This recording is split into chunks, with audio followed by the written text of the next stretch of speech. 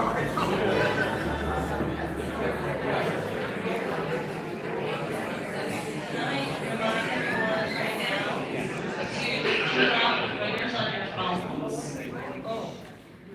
all means, have fun with your phones, but not with the ring around. Take pictures. They'll smile. Thanks.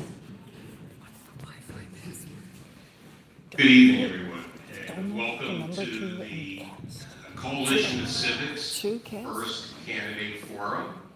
We're very happy to have everybody here tonight, particularly the candidates. And I'll go over the rules in a second. My name is Dave Bergen. I'm interim president of Cutchogue Civic, and Maggie Merrill is president of Southold. And we will be your moderators tonight, which means we'll be alternating back and forth asking you questions. What we'll do tonight, the order is going to be starting off with introductory comments from all the candidates, not just town board and supervisor, but all the candidates. And then what we'll be doing is resetting the stage for the town board member, the town board candidates, and the supervisor candidates. Will be asking questions in reverse order. We already did a coin toss. Yeah, that's good. Coin toss. Yes.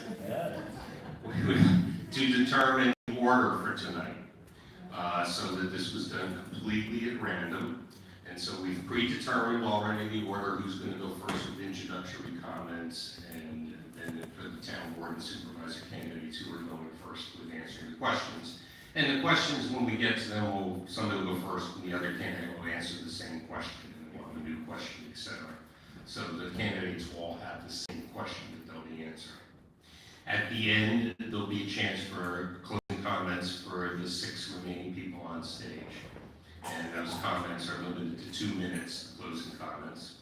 And again, we'll go reverse order of how it started with the introductory comments. Again, trying to be as fair and impartial as possible for this tonight. We first off, though, we want to thank CAST for allowing us, or for hosting us here tonight. So a round of applause for CAST. And their staff. Staff very much for helping us out tonight.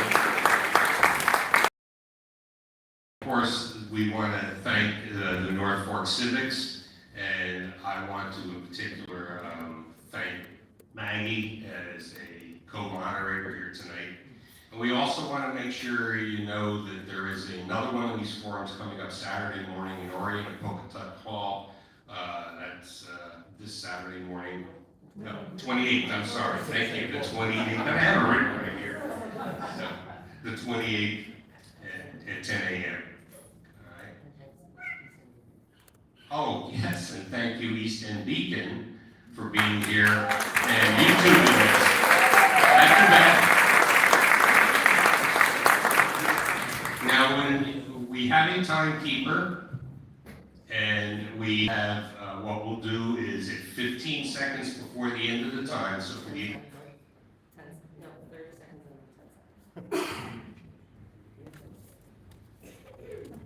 Well now, who might know what's going on?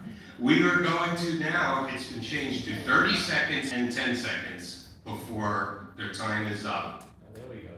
A sign will be held up so the candidate knows you have 30 seconds left, you have 10 seconds left, and then that's it. Then it's in the old days, we have somebody on stage with a hook and pull them right off the stage. So that's how that's going to work, just so everybody understands that. And so what I'd like to start off with here, because we're going to ask the audience for your cooperation here tonight. We're asking the audience, please do not cheer, do not jeer, do not clap, do not boo. Please, no comments from the audience while the presentations, the question and answer are going on. But what we wanted to do is give you a chance right now. Believe me, they're doing this out of dedication to their community. And so how about a round of applause for all of you?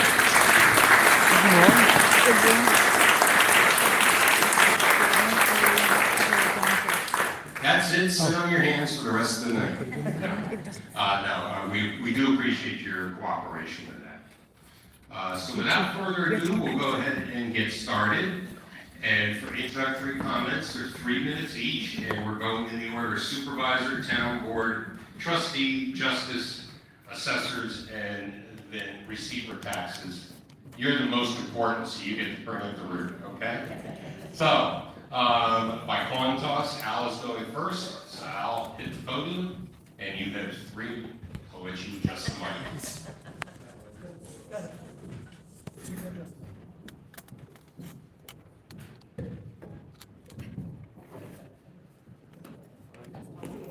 Don't worry, the clock's not running yet.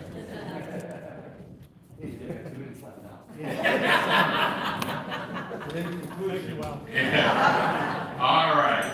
Thank you very much. Thank you, Dave, and thank you, Maggie, so much for having us. And thank you to the Norfolk Civics for organizing this. My name is Al Krupski. I'm running for Southold Town Supervisor. And I'm here with my wife, Mary. We've been married since 1986. We have 3 children. Kim is here. Nick, you'll hear from later, and Colleen. And we have 5 grandchildren and 1 on the way any minute, we're told. So we're very excited about that. I was born and raised here in Bucolic on a family farm, where Krupski's Pumpkin Farm is right now. And I went to the Manitowoc School, 4th generation farmer, went away to University of Delaware, got a degree of plant science and came home to farm. And I was asked to run for public office. I didn't know anything about government, or I didn't know anything about Democrat or Republican or anything like that. I ran for office. I was elected as town trustee in 2005. I was town trustee for 20 years, the last 14 as president of the board. And during that time, we rewrote the wetland code because there was so much development pressure at the time that the impacts on our environment, on the waterfront, and the problems today are the same with public access and with erosion and with wetland restoration and degradation that we tried to address that in the wetland code. In 2005, I ran for Southold Town Board, and when I was on the Southold Town Board, and I served with Supervisor Russell here, we addressed the drainage code, which I brought from the wetland code, the big box law to protect small businesses in town. We passed the dark skies law. And one of the biggest things was we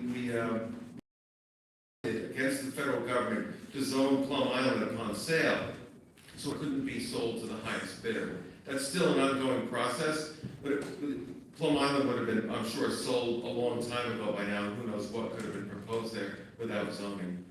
So as a county legislator, I was elected in 2013, and I've served there. This is my 11th year.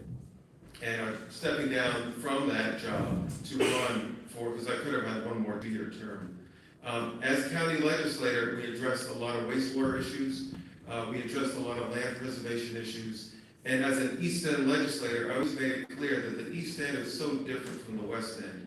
We have such a high quality of life here. I was so fortunate, Mary and I were so fortunate to raise our children here. And people who come here and say, they always do the same thing, it's so nice. But it didn't, this town isn't nice in 2023 by itself. It took a lot of hard work and dedication to keep it this way, and it will in the future also. Thank you. Next up, Don Grimm.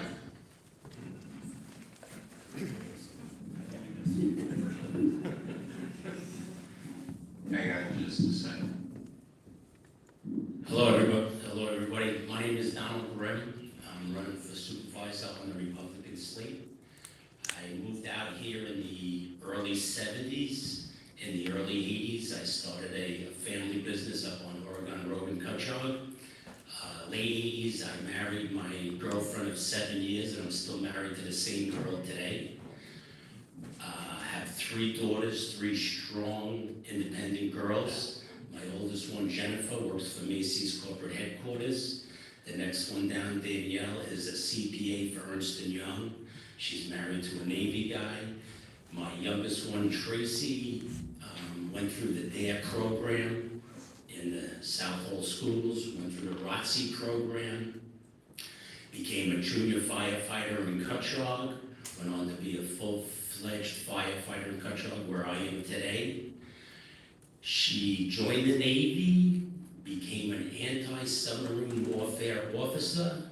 She was on the USS New York. That's the ship, the transport ship with some World Trade steel in it. She had a deployment in the Mediterranean, and she saw battle, and she made it home safe. Her husband, David, was a Marine, and he also made it home safe. I would like to keep Southold the way it was for those kids, for the next generation and the next generation to come. Thank you very much. Okay, moving on to our town board candidates. Steve Kiley will be first.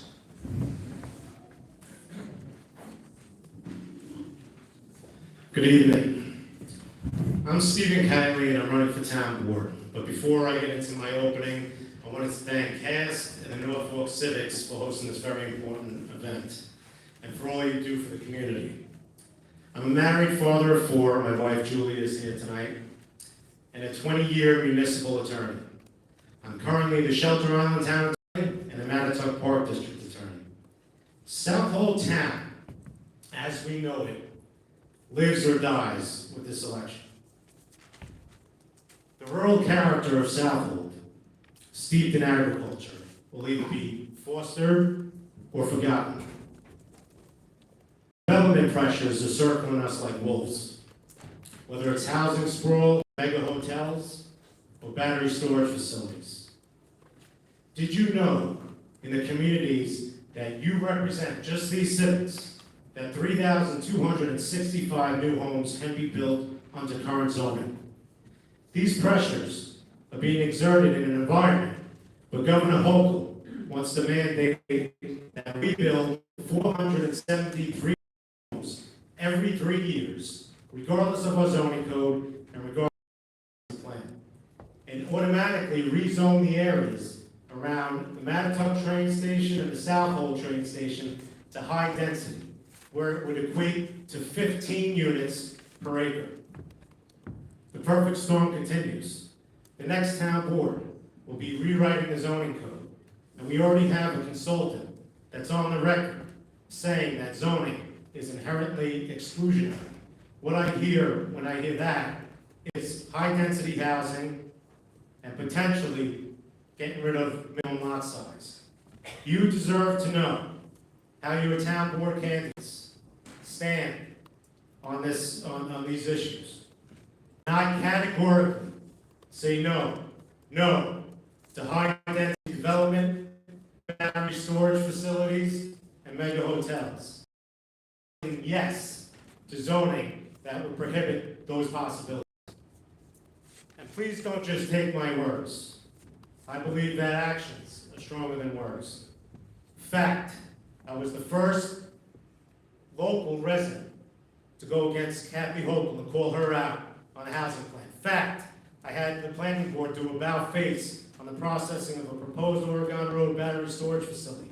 Fact, I pushed the town board to adopt a battery storage facility moratorium. Fact, I publicly challenged the Mattatuck Mega Hotel.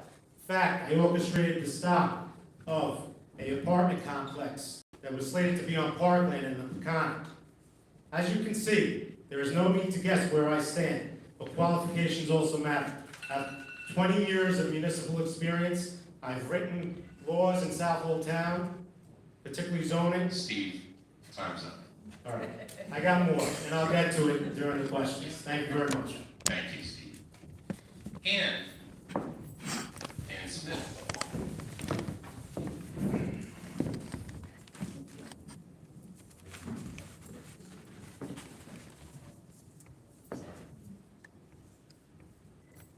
Good evening, everyone. And I too would like to thank the civics. Having been a civic leader and run one of these forums, I know how much work you put into getting ready for tonight. Community, commitment, courage, and integrity. These are concepts that I've been thinking about since I made the decision to go ahead and screen and be considered to run for town council in Southold Town. I believe strongly that local government must embrace those tenets in order to be effective. For me, community matters above all else.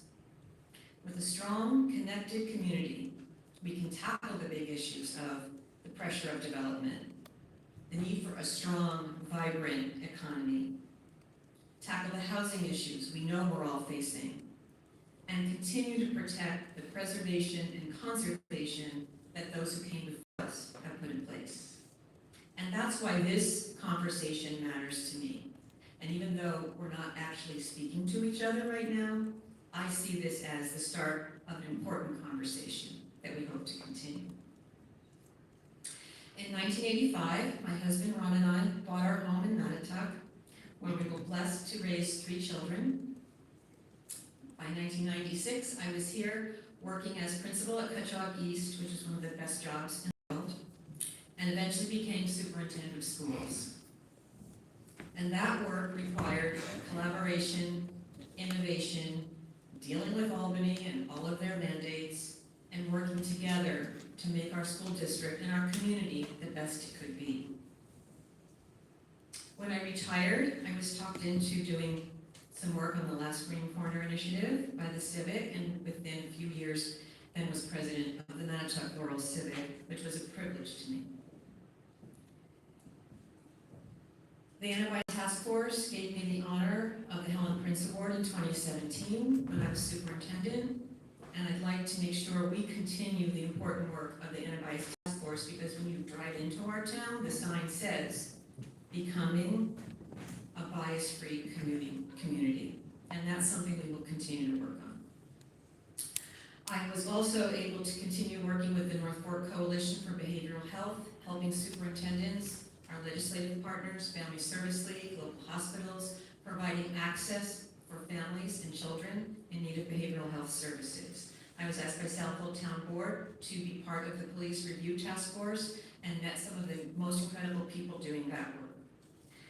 I currently serve on the Housing Commission, and so while running for office right now was unexpected, it's not surprising.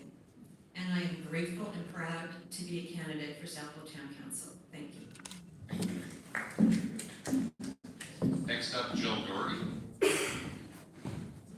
Good evening, everybody. Thank you, Cass. Thank you, Civics. And I also want to thank everybody here for taking your time out to get yourself educated about all the candidates. That's what makes this a great community. We're all involved. It's all of us together, so thank you.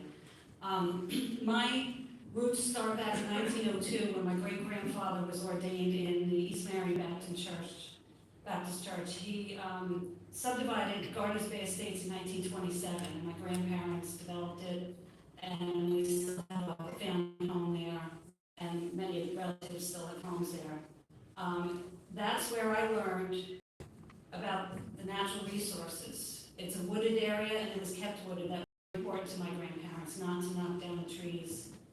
He created waterways that are still pristine today. And I worked in restaurants and banks, all in service industries growing up out here. And I went to college for accounting. And I became, I started my career, my 30-year career over a span of 30 years. I've worked at Town Hall. I started as a clerk trustees. I worked with Al. I was part while he was, and the rest of the trustees were creating that code, so I was part of that as well. I came back in 2005 as elected trustee. I served as vice president, president, before I moved on to the town board in 2012. There's many things that, that have been accomplished over the years that I'm very proud of. And, I was on the board with Al when we did the Plum Island zoning. That was a big deal back then, and it's really served this community well. Currently, I'm working on a housing plan that was just adopted. I was able to find a decent property that we are building a new police station, and we will have a courthouse in this town. those are important things, especially as the town grows. I've had the experience of making the tough decisions while keeping the balance of our natural resources in our area the way we love it. And I'd like to say I'm very proud of my record in doing so. I work well with others. I have passion in this job. I think I know pretty much everybody in this room and have helped them in one way or another, and I'd like to continue. And thank you very much, and I look forward to the questions. Thank you, Jim. Gwen Schroeder? Thanks, I'm gonna take this off if that's okay, and so I can get it out. Okay, how's everybody tonight? I wanna thank the civic groups for hosting. I wanna thank you all for coming, and the people on YouTube. I hope you can see us and hear us, because sometimes that's a challenge. So, my name is Gwen Schroeder. I'm running for a seat on the Southold Town Board. And my kids are fifth generation Mattituck High School graduates. 2 of them are here tonight. And my husband and I raised our kids, lived in Cutchogue most of my life. My daughter is on a stage in Mattituck. She's opening in a play tonight. So she couldn't be here, and I have a son that lives in Long Island City. And my kids have lived all over the world. My daughter lived in Taiwan, my son lived in Nashville, California, other places, but they came back to Southold because it's so beautiful. And, I say these things, a lot of us have longevity here, but it doesn't mean that we have more stake in the community than any one of you. I say it because I've been here for almost 6 decades. I'm 63, I've seen a lot in my life. And I've seen how a lot of good things have changed. There have been a lot of efforts to keep Southold rural, but we still face a lot of changes. And especially in the last 10 or 15 years, things have really changed a lot. And we have sort of these challenges that have been looming for a long time that really haven't been addressed. And I'm going to just talk about my platform. You can read about my background. I'll say a little bit about it. But I was a registered nurse for 15 years, and the reason I left the profession is complicated, but our healthcare system doesn't work for us. It doesn't work for everybody. For the next 10 years, almost a decade, I worked for North Fork Environmental Council. I started as a volunteer. They hired me. I ended up as the executive director. The last 11 years, I've worked for Legislator Krupski, where I advised him, I helped him craft legislation. I represented him on various committees, including those for water conservation and energy. So energy is complicated.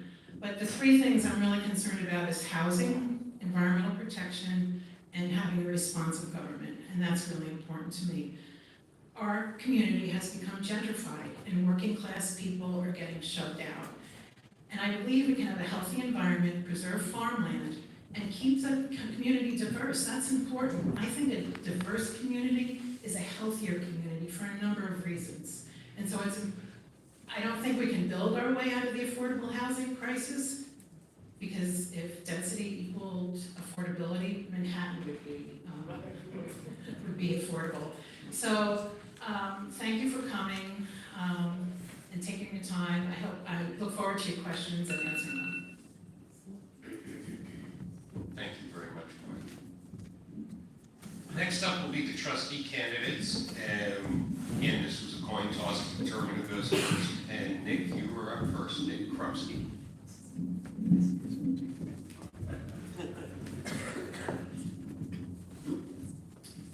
Hello, good evening. Thank you all for coming. Thank you, Cass, for hosting.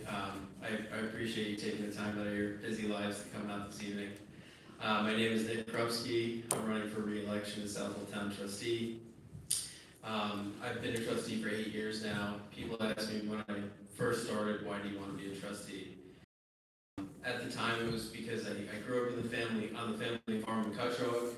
And all the weekends and evenings were spent on the water. My parents took me down to Causeway Beach by Nassau Point almost every day, or my mother did, or my father's farm.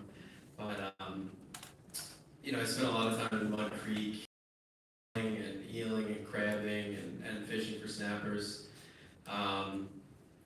After after high school, which I graduated from in Matituck, I went to SUNY Portland, where I was awarded a degree in geology and environmental science. Then I came back home, I went to CW Post, where I completed my master's in biology and education. Since then, I worked on habitat restoration projects with Cornell Cooperative Extension, as well as scallop and clam restoration. Currently, I'm employed at Brookhaven National Lab and also with the family business on the farm. I have two beautiful daughters at home with my wife right now. We're expecting a son any minute, which is why my phone is not on silent. So hopefully I don't have to run out of here today. But I will say, circling back to my 8 years on trustee, I'm very proud of what we've accomplished.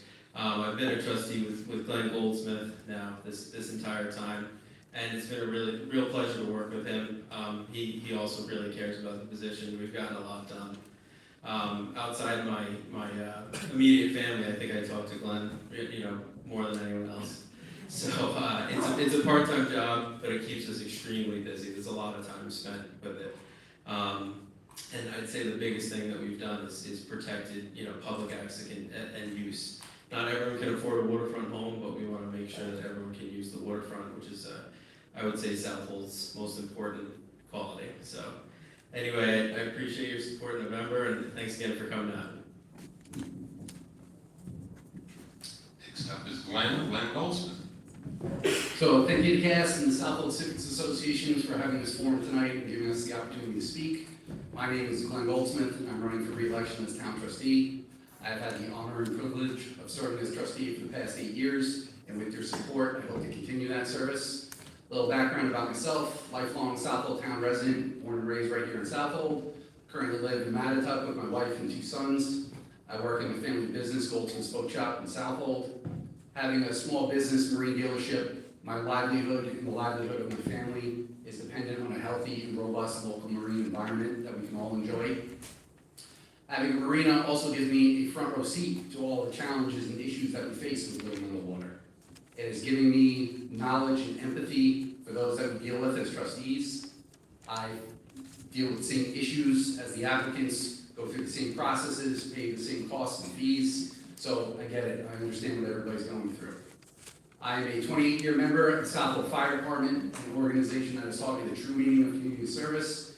It is about a dedicated group of men and women working together to help people in their time of need, regardless of who they are, where they come from, or what political party they belong to.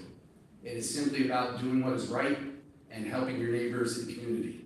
And I believe that sense of community service directly translates to public service. Running for trustee or an elected position, to me, is just an extension of that community service. And I don't think it's a coincidence that a number of people up here tonight running for office are firefighters or were firefighters. As I mentioned earlier, I've been a trustee for the past 8 years, serving alongside my friend and colleague, Nick Krupski. When we first got elected 8 years ago, Nick and I were the young members of the board. Nick is still young, me, not so much. During my time as trustee, I've been very fortunate to work with and learn from some extremely knowledgeable and dedicated people. I've learned about the balance between property rights and use and protecting our vital bays, creeks, and wetlands. It is a responsibility that I take very seriously. I am committed to working together to address the issues that we face with knowledge, experience, and respect.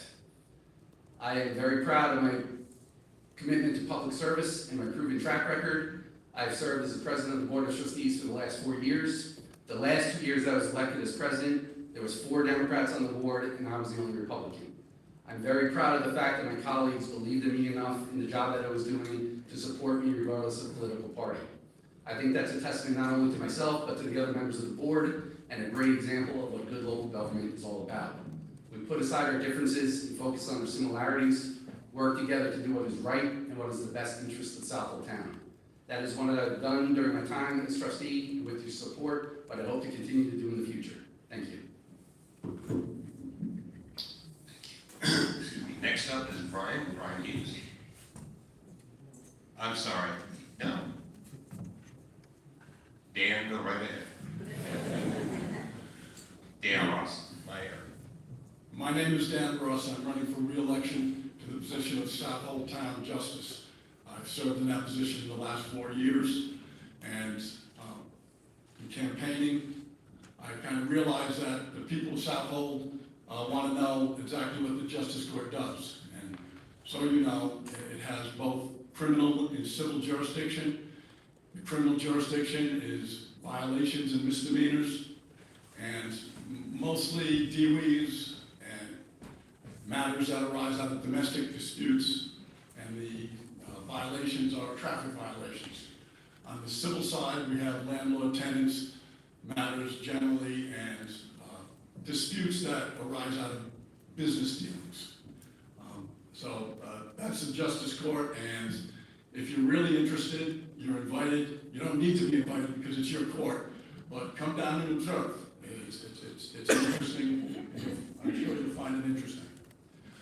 I've been an attorney for over 40 years. I've had an office in the private practice of law in Manitowoc since 1985. The private practice is dealing with people like yourselves in business matters and real estate sometimes, getting into the justice courts of the East End. I'm in the Supreme Court in Riverhead on a nearly daily basis. And in addition to practice, I've served as a village attorney in Greenport, 4 years as a member of the Southold Town Board. And I know the community. My wife and I raised 3 daughters here.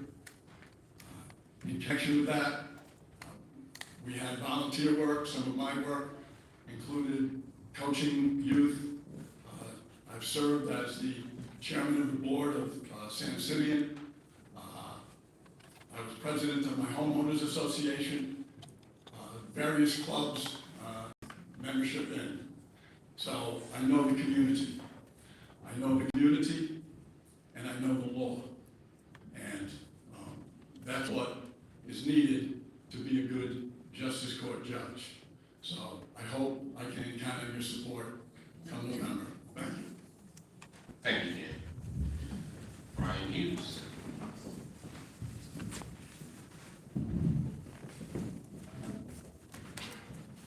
Good evening. Like everybody in this room, I also believe that Southold is a beautiful place. I like clean water, clean air. I'm concerned about the same things you are, jobs, housing. But that's not how you select a judge. Southold Town Justice Court is, by statute, is defined as a local criminal court. Don't be confused. My entire adult life, ever since I first put up my hand and swore to support and defend the Constitution of the United States, I've been dealing with criminal justice issues. You want a judge with the education, training, experience, and history to deal with the increasing workloads and problems, and they're getting more and more. I've studied criminal justice, I've taught it, practiced it, and applied it. I've even ruled on it. I've conducted and overseen hundreds of criminal trials. As a judge, none of my decisions were overturned. I'm a professional. I deal with professionals. That's why 15 premier public safety and law enforcement organizations representing tens of thousands endorsed me. For example, our Southold Town Police Department, PBA, does not make any endorsements. But they do belong to the Suffolk County Police Conference, and I have their endorsement because they know my work. They know it very well. My opponent has none of those. They know his work too.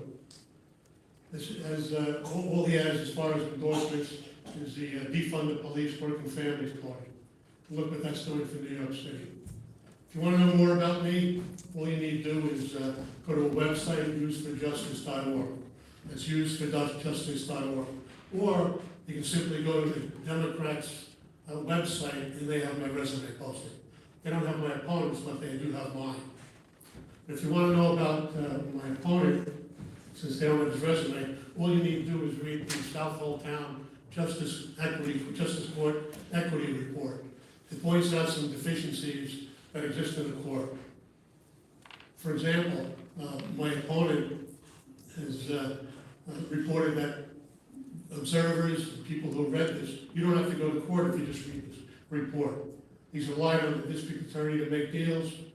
does not take the time to check defendant's understanding in cases where people speak Spanish. It's unclear if defendants needed interpreters. He did not state the charges that defendants were pleading to, or even asked if they understood what they were talking about. Defendant seems confused and just to say yes without full understanding of the matters. And he also appeared a bit dismissive. I understand our community. I often volunteer to help when my expertise and legal experience would be helpful. I volunteered for the drug court, Southold Town Justice Court review, Southold Town Ethics Committee, Southold County Assigned Counsel Committee. 2015, Right. second time's endorsed me. Thank you. Next up are our assessor candidates. First up will be Bill Flinner.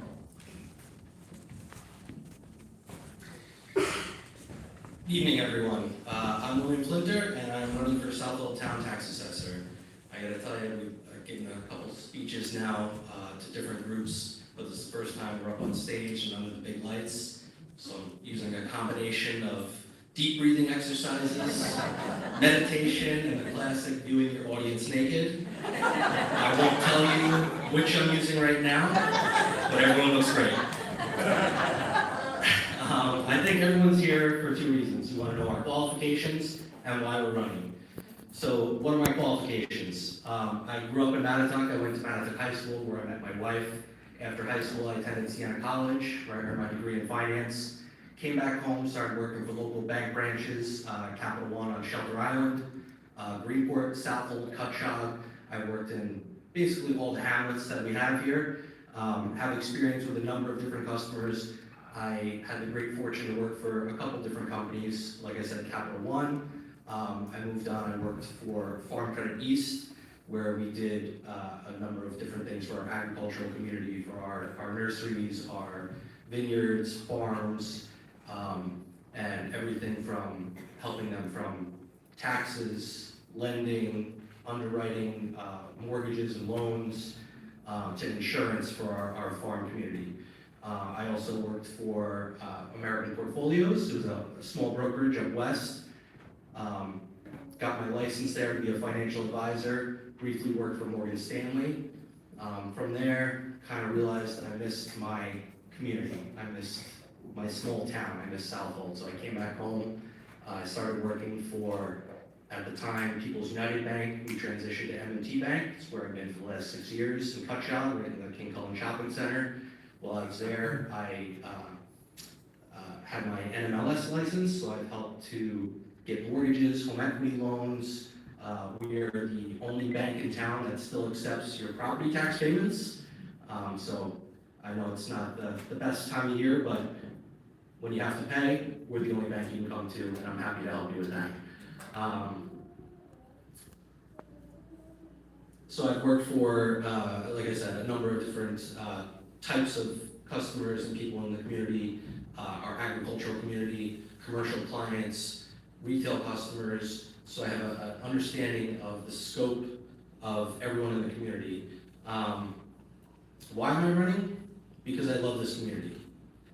It's given me so much. My family, my 2 kids, my home,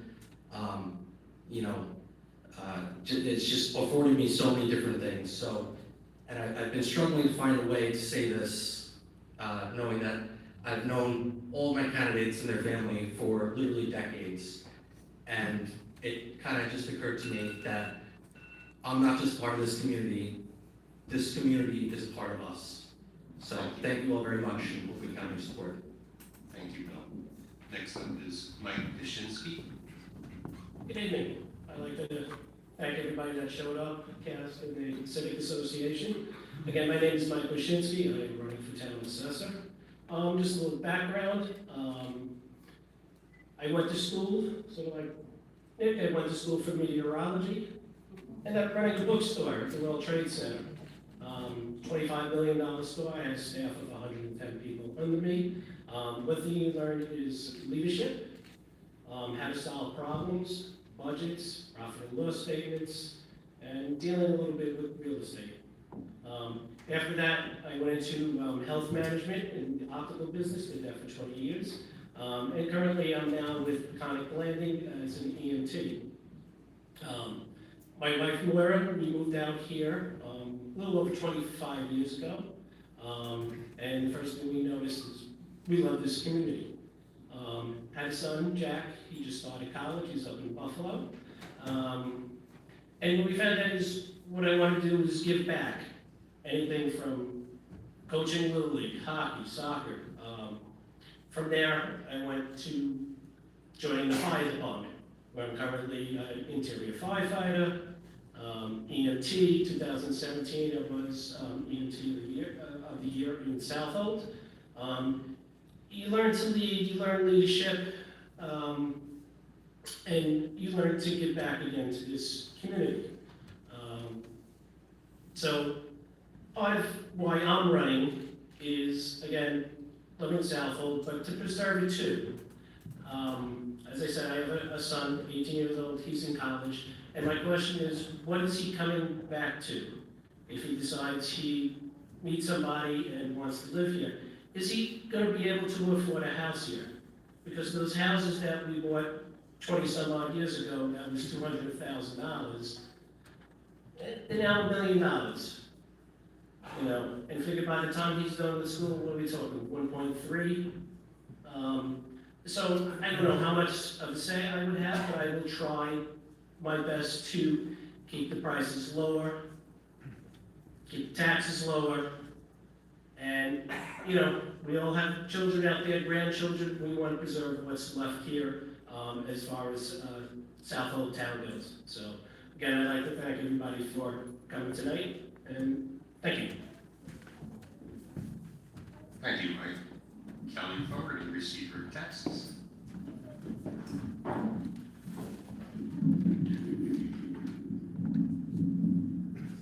Thank you everybody for coming out, and thank you to Cass and the Civics for hosting us. I'm Kelly Fogarty, I'm running for re-election for the office of tax receiver. I grew up on the North Fork. I made my home in Mattatuck along with my husband of 30 years. We have 3 grown children. I built my business in Mattatuck as a certified public accountant for the past 33 years. I serve primarily the residents of the North Fork. I enjoy serving the community by volunteering on the boards of many organizations. I'm the longtime treasurer of the Mattatuck Chamber of Commerce. I served as the president of the Board of Trustees for the Mattatuck Public Library. I'm the former treasurer and current board member of the North Fork Environmental Council, and I served as a catechist for the Sacred Heart Parish for 15 years, teaching 6th graders. The community has been good to me, and it's important to me to give back using my strengths as a financial professional. As a CPA, I bring experience and integrity to the office of the tax receiver. I appreciate your support, and thank you very much. Thank you, and with that, I'm going to break my own rule and say, how about a round of applause for all these candidates?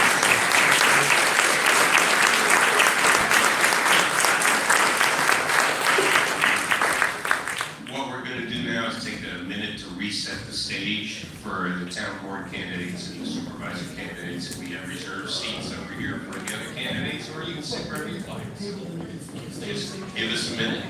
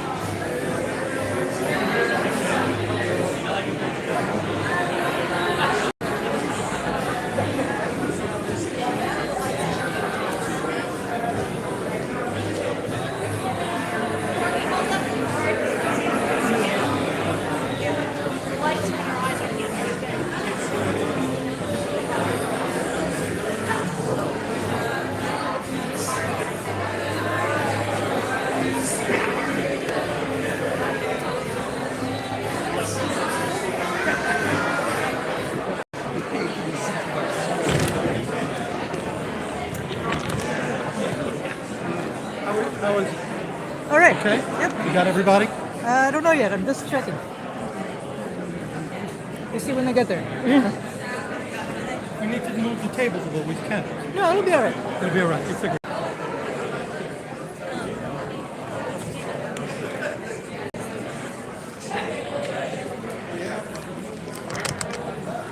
You guys want to take your seats?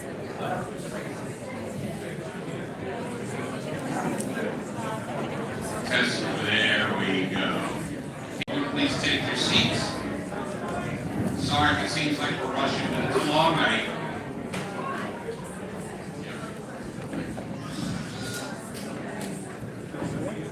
Yeah.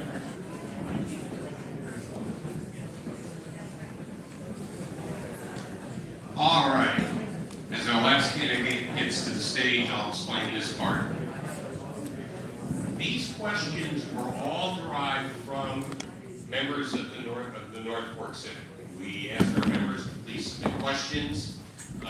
We culled through those questions, so we didn't duplicate obviously the questions. That's how they were derived.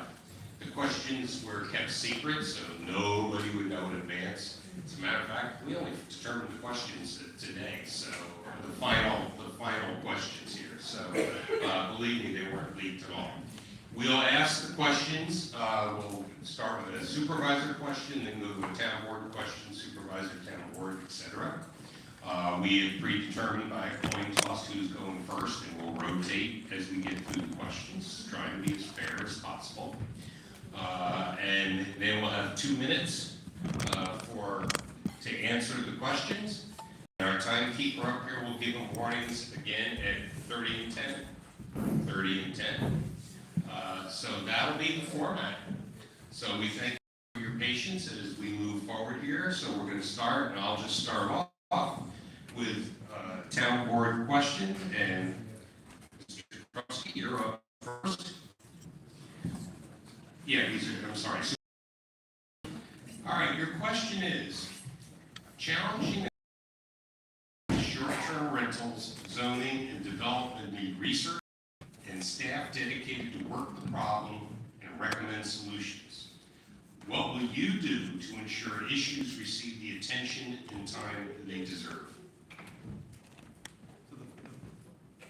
The first thing that I would do if elected is start with staffing and meet with everyone, meet with all the department heads, and see how they're staffed up and see what their workload is currently. Because I know, and kind of the analogy is if I hire someone to pick beans all morning, I can't go back and say, you didn't pick any tomatoes. So you kind of have to figure out your staffing levels, and you have to figure out who's responsible for what and what you want to do. You need to forge also consensus on the town board to see what those goals are so that the staff can be properly directed. And same question to Don. And again, I'll repeat the question for you, Don. Challenging and complex issues such as short-term rentals, zoning, and development need research and staff dedicated to work the problem and recommend solutions. What will you do to ensure issues receive the attention and time they deserve? I would work with the town board and the other departments to get their feelings and their inputs on the situation and the matter. And after meeting with them, I would decide on a correct path how to take us. I would study the comments of the public on the certain issues that are happening with the B&B and the short-term rentals and move forward in the right direction. Okay. Moving on to the town board candidates, and Steve Kiley will go first. First question has to deal with the comprehensive plan. What steps should be taken to preserve the character of the North Fork?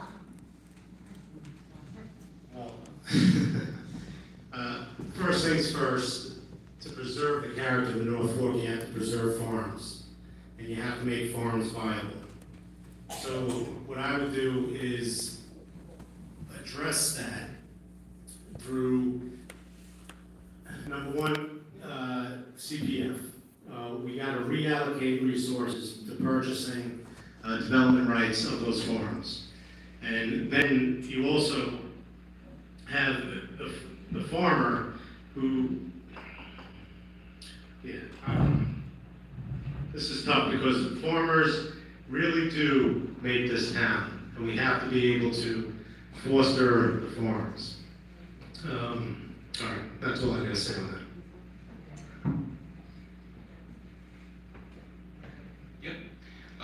Next up is Gwen.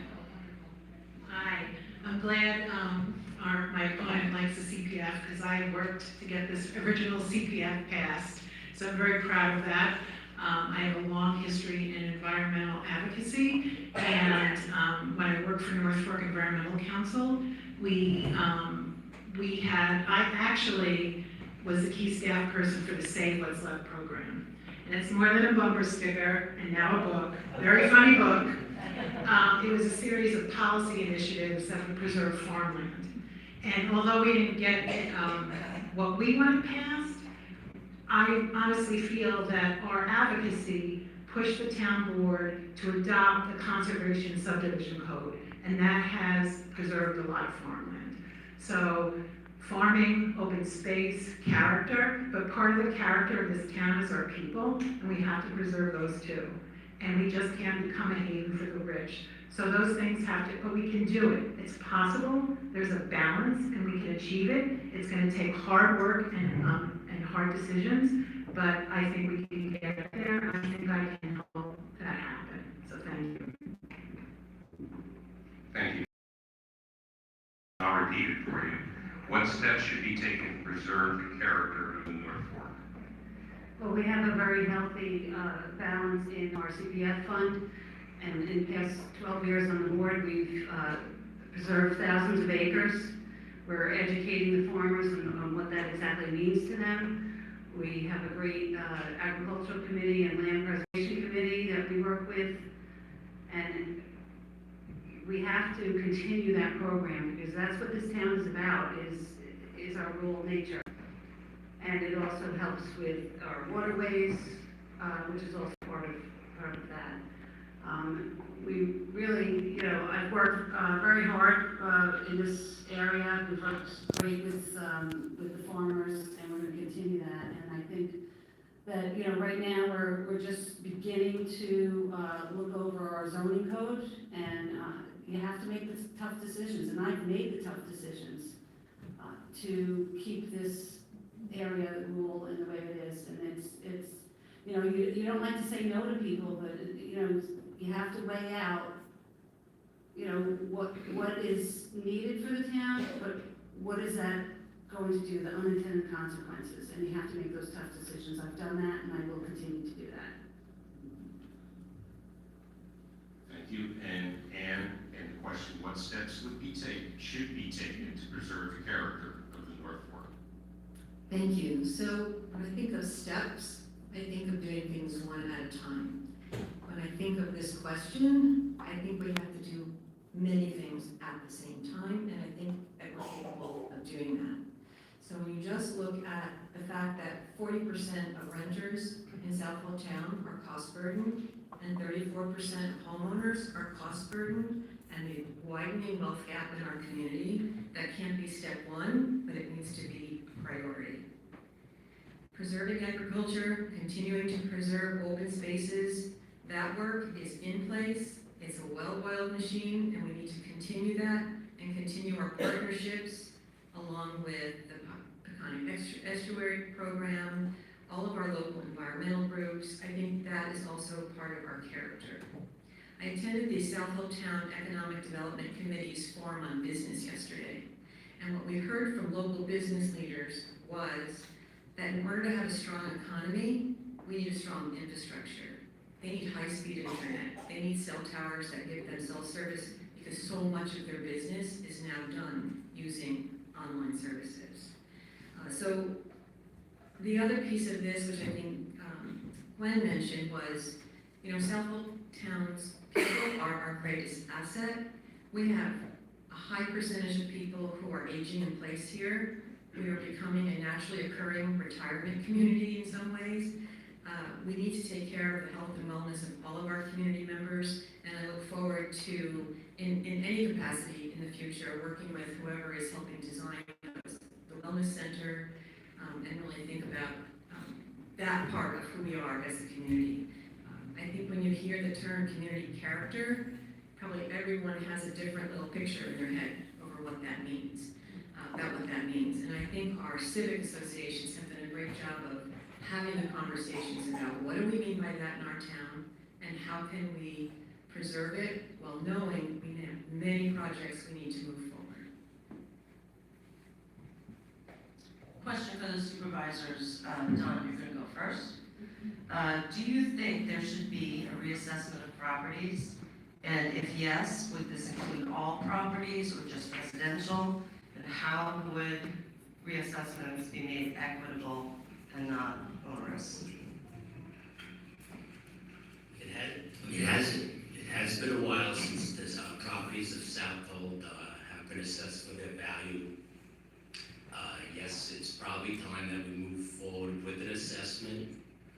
I would have to speak to somebody in the real estate office to find out exactly what is the best way to go about it. We might have to have a consultant on board to make sure it goes in the proper direction. And the last part of that question? The last part of the question is, how could reassessments be made equitable and not onerous?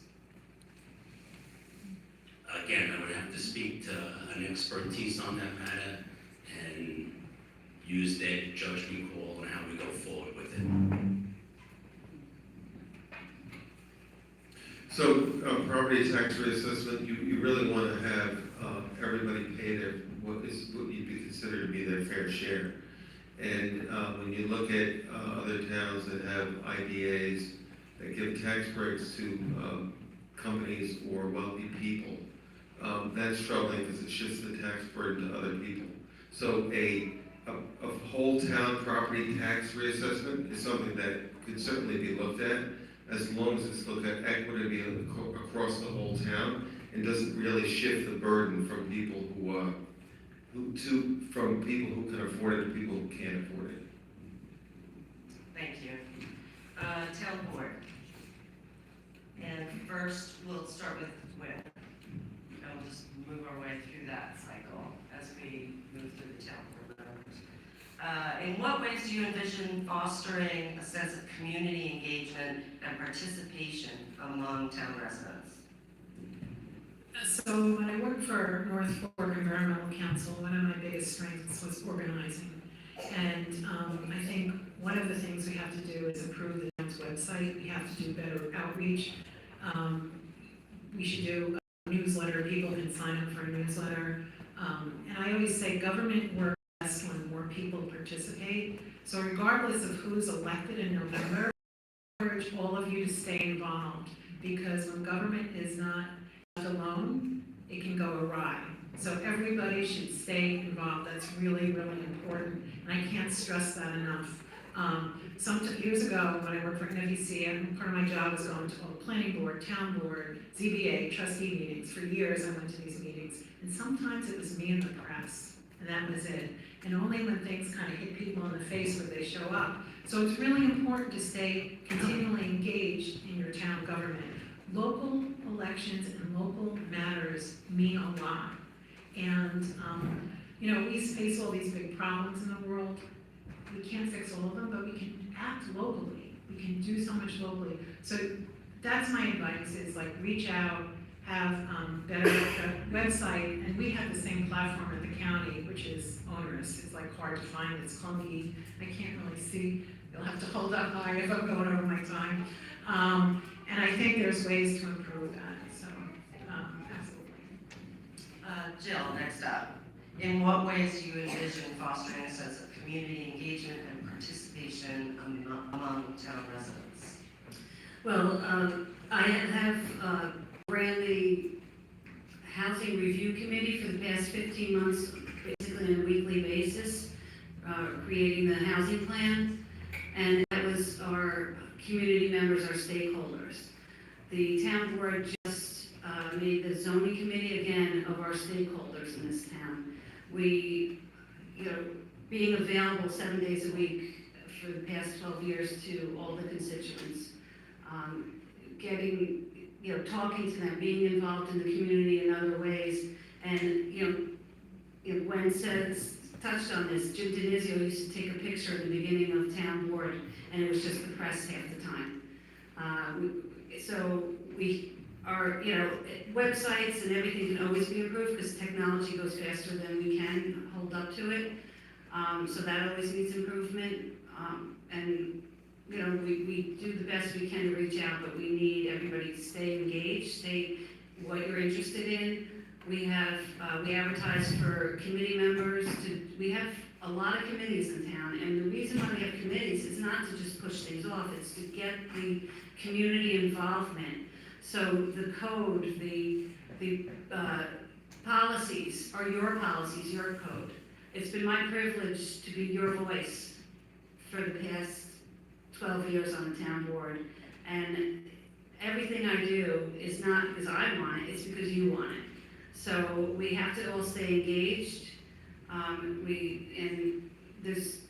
It's difficult because everybody's on a different social platform. So it's not like we can go to one. Some people don't read the Suffolk Times. Some people don't read the Beacon, sorry, that. But some people are on Facebook. Some people are on Twitter. So we try to, get the word out at all the different platforms and try to, get engaged. We have open door policy to our meetings. Everything's on Zoom. Everything, is in person now too. So we're going to continue to work on that and improve all those things. And the same question. Do you want me to repeat it?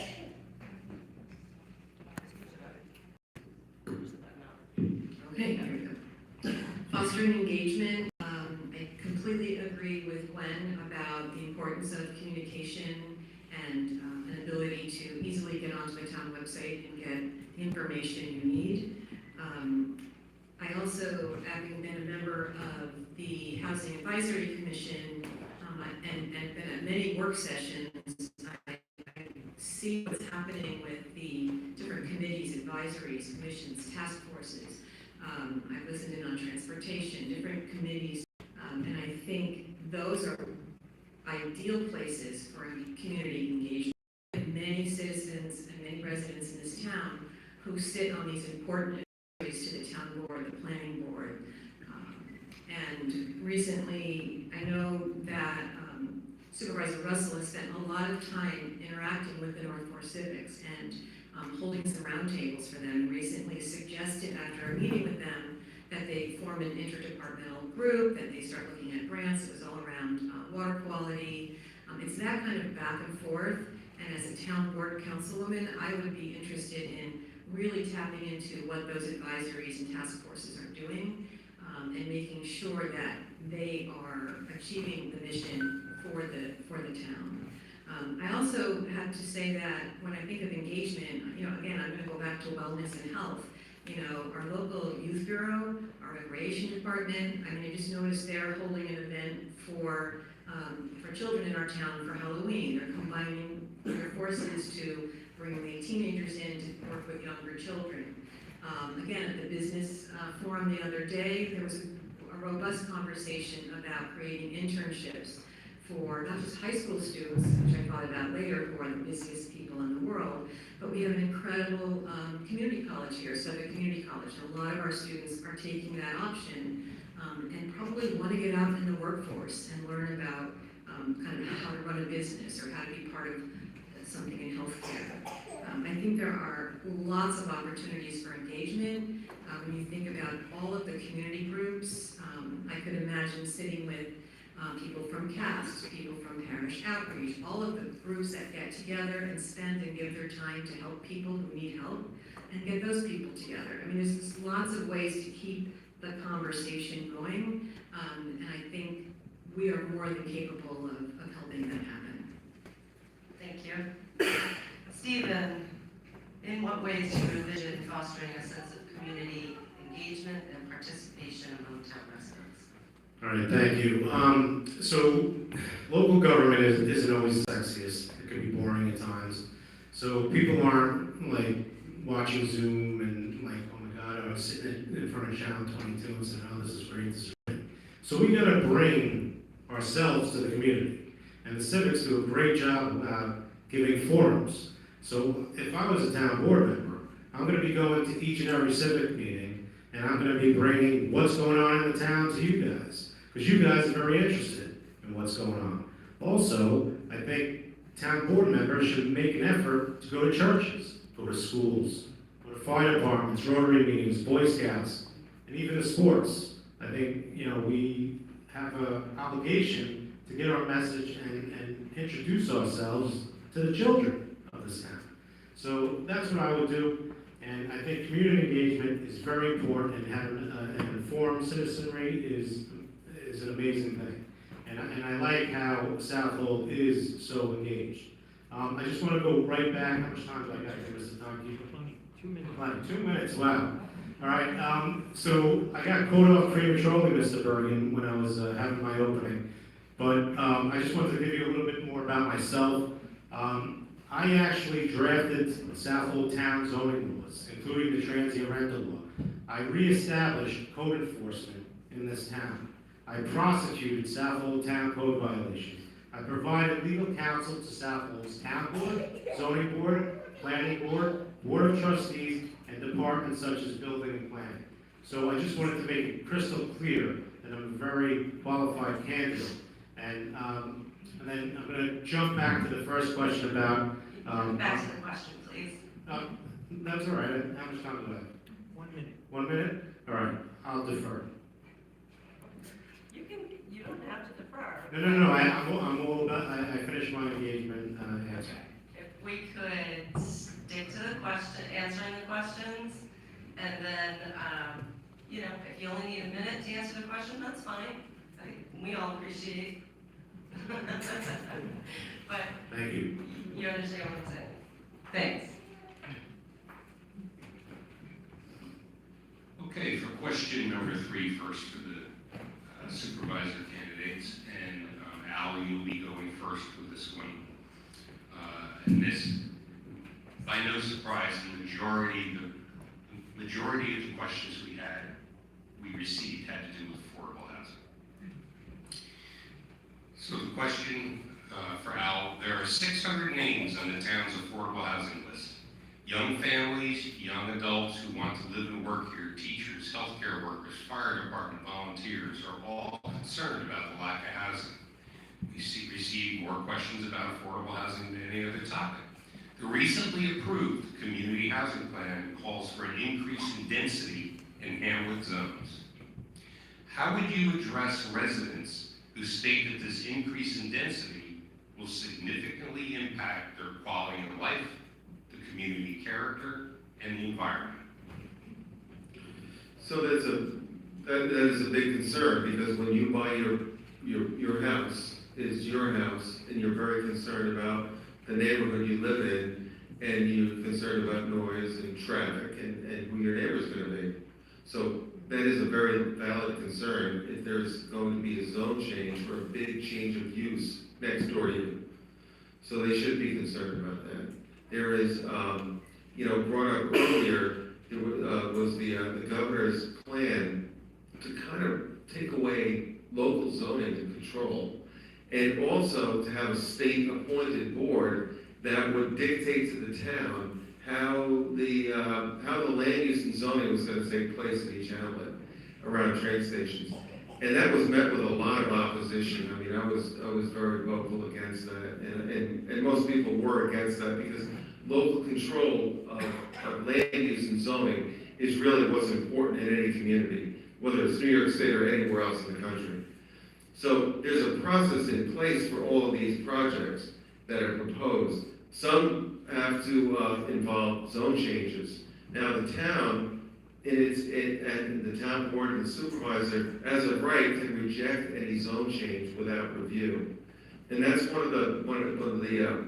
part of New York State law. So if something comes, so there's a proposal that comes before the town, and it's really, it's not gonna have any public benefit, the town board doesn't have to go through that lengthy review process and put the applicant through years of knowing every consultant and every lawyer on Long Island, and only to get an answer that they might find favorable. So that's something the town has to consider on any proposal just from the beginning, if it involves a zone change. As far as any density increase, I mean, that's something that you have to consider. Everything else with traffic, with noise, with loading of wastewater and nutrients into the aquifer, all those things have to be addressed under the State Environmental Quality Review Act. This is not something that should be taken lightly. And I know the surveys, and I've read all these surveys that have taken place nationwide. Everybody's in favor of affordable housing, but very few people are in favor of increasing density to get there. So it's not an easy topic, and if I had an easy answer, I'd be saying it tonight. I don't think there's any easy answer to that. And the part of the town's history in affordable housing is learning from past projects. And you have to go back and look at the past projects that have happened, see the failures, see the successes, and try to go from there. We have a town that's almost 400 years old, so we need to do this deliberately, we need to do it with professionals, and we certainly need to do it with a lot of community input. Thank you. Tom, that's a long question, so I'll repeat it for you. There are 600 names on the town's affordable housing list. Young families, young adults who want to live and work here, teachers, healthcare workers, fire department volunteers are all concerned about the lack of housing. The recently approved community housing plan calls for an increase in density in hamlet zones. How will you address residents who state that this increase in density will significantly impact their quality of life, the community's character, and the environment? I was against Governor Hochul's plan to come into our towns and hamlets being close to the railroad station and put 50 units on a quarter acre. I was against that. I think most of us are against that. Nobody wants to have that in our small town. We can utilize some existing buildings in the hamlets that are vacant, or existing floors in the hamlets that are vacant, and have some residents live there to take some pressure off of our housing crisis. There are certain tracts of land that are probably good for affordable housing, but it always ends up that people don't want them in their backyard. So all of this is definitely a concern of our town. The best affordable housing complex that I've seen, or I think everybody's seen, are the cottages in Mattatuck. And if there's any way that we could get another project like that going, I think it'd be great for our town, and our young families and our elderly families have a place to live. Thank you. Thank you. We move on to town board question, and this is also a question related to affordable housing, and Jill, you'll be going first. We know that creating affordable community housing within the town of Southold is critical to our overall well-being as a community in the future, to maintain adequate police, fire, educational personnel, etc. How can we help young families and young adults who want to stay in their hometown attain stable and affordable housing? We receive questions asking if more incentives can be created, and how do you propose to manage the not in my backyard objections to this form of housing? Well, I've created the housing plan, and part of that housing plan is to incentivize emergency workers. We call it the HERO grant. And details have to be worked out because we adopted the plan, but now we have to continue to work on the plan. And that includes firemen, EMTs, teachers, nurses. There's some federal and state laws that we have to go by, and we're trying to, when we do have an affordable housing project, to make it as easy as possible to have the people that already live here be the ones that get those units. we have to make code changes. 5 years ago, we changed the code to allow accessory apartments above businesses. And, you know, so it makes it easier for the businesses to house their workers. There's a lot more we can do to our code to incentivize people to use the structures that are in this town. And the 0.5% that we've been collecting since April 1st will grow. And part of the housing plan is, you know, to make sure that this grants and loans, so it comes back in and it doesn't deplete itself. And, you know, there's a lot of help out there, but it's not enough.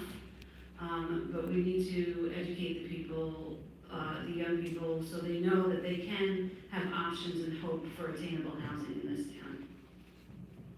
Thank you. And you're next. And again, it's a long question, so I'll repeat it. We know that creating affordable community housing within the town of Southold is critical to our overall well-being as a community in the future to maintain adequate police, fire, educational personnel, etc. How can we help young families and young adults who want to stay in their hometown attain stable and affordable housing? We received questions asking if more incentives can be created, and how do you propose to manage the not in my backyard objections to this form of housing? This is an important question, and this is an issue that I certainly would make a priority as councilwoman. I'm a member of the Housing Advisory Commission. When I was civic president, we held a panel to help educate the community on what is attainable, affordable, workforce, community, all the words we're using to describe this situation. And I was really grateful to Jill for her leadership with the Housing Advisory, the Housing, was a long name, Housing Fund Advisory Committee, and having the ability on Zoom to sit in and listen to those committee meetings. I know other people here were probably on that committee.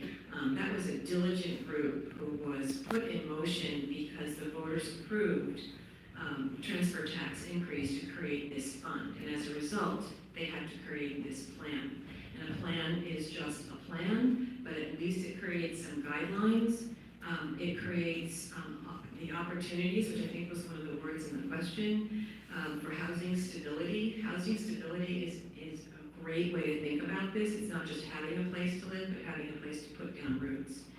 And I think we need to be sure that when we do create these housing, affordable housing communities, whether it's through a program like the cottages, to make sure that those low rents are put into perpetuity, that these are not after a certain amount of time and start to price people out again. I really think the town is poised to make some. We've learned from sitting at town board meetings, and I know Councilman Jarosky and Councilwoman Doherty engaged the community at a recent hearing and want to engage the community. When I was superintendent, any decision that was about to be made, the most important question to ask ourselves is who is most impacted by this decision. So if we're about to move forward on a location, because you were asking about helping neighbors understand this, to really engage the community where that housing might be going, well in advance of information or misinformation getting out about, what it's about. I think you also use the term quality of life and community character. And again, if we're a community who embrace having a diverse housing market, and Gwen mentioned in her opening remarks the issue of having a diverse community, I think we need to partner with the Housing Alliance, with the Housing Commission, and other partners who can help us solve this problem. Thank you. Next up is Steve Kiley, and again, it's a long question. You don't need to repeat. Thank you. Our community character is clear. It's rural, it's small town, it's agricultural. I don't have an easy answer for this issue. I have the only answer. No high density. no apartment complexes. That solves your NIMBY problem. Well, Steve, if you don't do that, how the heck are we gonna solve the problem? Well, if you look at the community housing plan, I support low-interest loans for not-for-profits, except for developers. They don't need to get $250,000. Low-interest loans for people who want to build ADUs, absolutely. Low-interest loans for foreign labor housing, absolutely, absolutely. Existing community housing maintenance grants, absolutely. First-time homebuyer low-interest loans, absolutely. Housing and counseling services, absolutely, absolutely. But I would also add that we should do low-interest loans for business owners who want to put apartments in existing businesses, either above or within. And I would want the town to use some of this money, which is going to amount to $1 million a year, some estimates, to construct manor houses with at least 3 units in there. Manor houses, you look from the street, big beautiful home, but 3 units within. The town should build their own. There should be a housing department. And we should crack down on short-term rentals and get them out of the market. Also, we should recapture ADUs that are currently being leased illegally. You can only rent an ADU in this town to someone who's on the community housing registry or to a family member, and we know that's not happening. So, again, to solve the NIMBY problem and solve the community housing problem, no high density. Thanks. Gwen, it's up to you. Would you like me to repeat the question? No, thank you. I think I have it. I actually agree with Steve on a number of points that he said. One of those things the town has is zoning powers. And I think one of the ways, I think the town has to take more control of what kind of housing they need and what kind of housing they need, who needs the housing. So, first of all, we have to establish sort of goals, and we have to benchmark to make sure that we're meeting those goals. One of the things that the town has done that I approve of, rather than have a developer come in and buy a piece of land and say, this is what we're gonna do, the town can buy the land and hang on to the fee title to that property in perpetuity. That'll help keep it affordable in perpetuity. And then do an RFP and tell the developer, this is what we want, what can you do for us? And make it competitive. I think I was part of the Hamlet stakeholder group for Cutchogue, and I was really proud of the work that we did because I came in with a map, and I said, some of the Hamlet halo zones where we want new development to take place are really huge. Southold's is really big. Cutchogue's is really tight. We couldn't touch the heritage because it was subject of a lawsuit. So I said, if we extend this to Route 48, we're gonna have a lot of development. Having said that, I think that the cottages is a good plan. I completely agree with ADUs.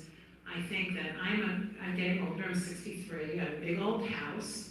I don't wanna be walking up and down stairs when I'm 80, if I make it that long. So why can't I do a 1-story small house in my backyard? And then maybe let my kids live in the bigger house, or let a family move into the bigger house. Because I don't need to dust, and I don't need to walk upstairs. So those are things we can do. I'm disappointed that Cuomo didn't sign the bill when he had the chance. During COVID, we would have had such a huge pot of money. But again, some of these problems that we're facing today were self-created. We failed to effectively regulate short-term rentals, and that's kind of like to disincentivize those people.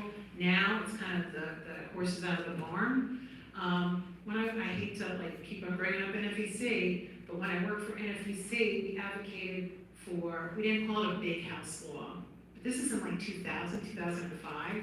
We called it a pyramid law. It took, 20 years to pass? So we could have seen these things coming down the road. So we have to look into the future, see what's coming down the pipe, especially private equity firms who are starting to invest in properties in our town. They've decimated Atlanta, so we have to really be proactive.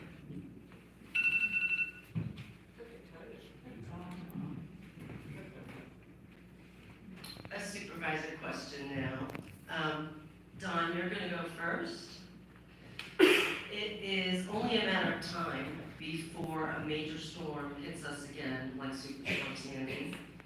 A significant portion of the town of Southold is located in flood-prone areas. What specific actions do you plan to take during your term, should you be elected, to keep the community safe? And what plans will you put in place to address the coastal resilience of our town in the future? I would work close with the trustees, with the DEC and the Army Corps of Engineers to map out and pinpoint any low areas in Southold town. We might have to harden the shores in some spots, bring in material to raise the grade to protect the safety of the people in this town and protect the infrastructure of this town so that we are safe. There is global warming and the tide is rising. Firsthand I know about that in the Cutchogue Fire Department. We've gone out on heavy rescues and having to take people out of their houses on boats, and the first thing they always say is thank you, and the second thing is always say is that they've never seen the tide so high. So we do have to get in front of it. We do have to be proactive instead of reactive on this issue.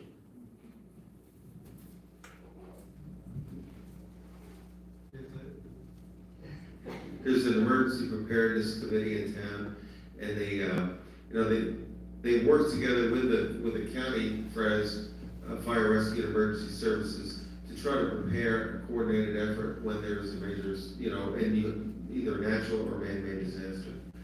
And without that coordinated approach, you're going to have a segmented problem, and there's not going to be any kind of mutual aid to different communities during a bad event.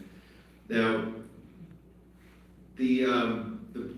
part of the problem with this is that we don't have great cell service in Southold town, and that's something that really needs to be addressed. Suffolk County is trying to work on some of the cell towers because of the police departments to coordinate everything with all the police departments. But without good cell service, without good communications, during a storm event, it's very difficult to reach people. So, and as far as the coastal resiliency part, the county embarked a few years ago on a coastal resiliency study of county-owned facilities. Unfortunately, they focused quite a bit on parkland, which during a nor'easter or a hurricane, nobody's going to be at the park under 4 feet of water. But some of it also highlighted the infrastructure that we have, that the county has, like County Route 48, next to Mattituck Inlet, it's very low. The same thing with the North Road by Town Beach, it's very low. And these are major highways that rescue services and police department are going to have to get through if there's a bad storm event. The day of Superstorm Sandy, I was a town board member, and I was in the police department and talking with the officers, and their concern was getting an officer out to Orient before the causeway was flooded, or worse yet, cut off, because they wanted to make sure they had personnel out there to help people in case, who knows what was going to happen at that point. It was the day of the storm. So you have to, you've got a large town, but we are connected with Suffolk County. We're certainly connected with anybody else in the Peconic Estuary system. And we have to be mindful, and we have to plan for the future and say, what does our infrastructure look like? What's at risk today? And then prioritize where we're going to spend the money. There's a lot of, there was something in the press about overwash on Dune Road at one of the last storms a couple weekends ago. Do you want to spend, if we only have limited resources plus limited time to implement upgrades, to roadways, do you want to spend your time upgrading a Dune Road, or do you want to upgrade a road that's used every day for fire rescue and emergency services? And ferry access, because the North Ferry going to Shelter Island, at their own expense, they had to raise their landings because of the sea level rise. So, those things have to be considered in a coordinated approach with all levels of government. Thank you. The next question is for town board members. We're going to start with Ann. Both commercial and residential development in our town is a big concern to residents. The review of our current zoning regulations could lead to legislation to address this concern. Town board members can have a significant influence on any proposed zoning changes. How will you balance your influence with the wishes of the public to impose tough regulations which might impact property owners' rights, both commercial and residential? Okay, repeat. No, I'm just trying to work the word tough in there. Good. So the zoning update project is pretty well planned out at this point. We got to see a nice timeline at the last town board meeting. They're forming another community group where we will, I think they've interviewed people, maybe have appointed people. I think this is going to be sort of the #1 task. I remember as civic president, after the beautiful, I'm a teacher, so I use props, but the comprehensive plan, you know, when it was finally adopted with great excitement and after incredibly interactive meetings with the community, I remember going right to Supervisor Russell and saying, okay, so now we want all the things in the comp plan to get started. And he said to me, we have to start with zoning. This has to be the first step, because without making those changes and having those challenging conversations, which you're describing in the question, it's going to be hard to do everything else in the plan. So I'm glad to see that this project is up and running. I know we had some obstacles with COVID coming in right after the plan was adopted.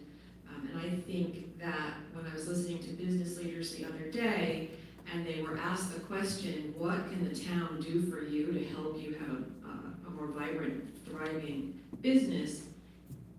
They all talked about the need for the codes to be updated, the codes to be clarified, that there are different terms across codes with different definitions.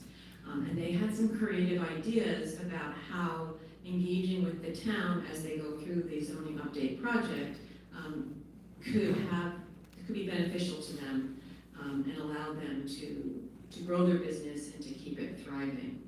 I'm not sure if I've answered your question completely. I heard commercial and... Yeah.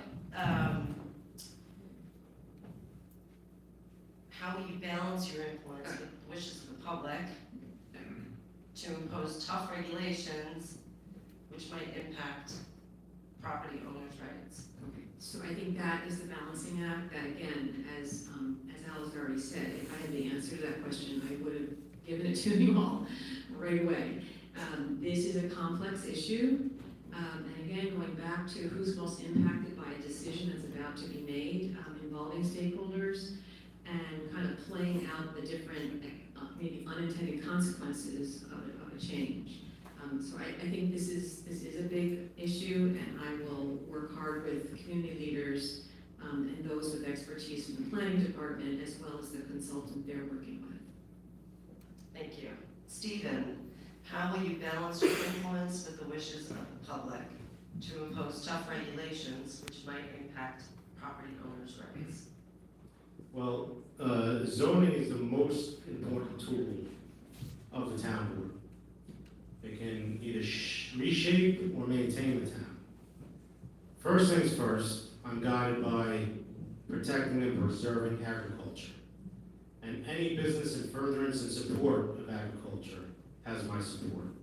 And low density has my support. What I would do if I was fortunate enough to become a town board member is really reevaluate whether or not we need this consultant.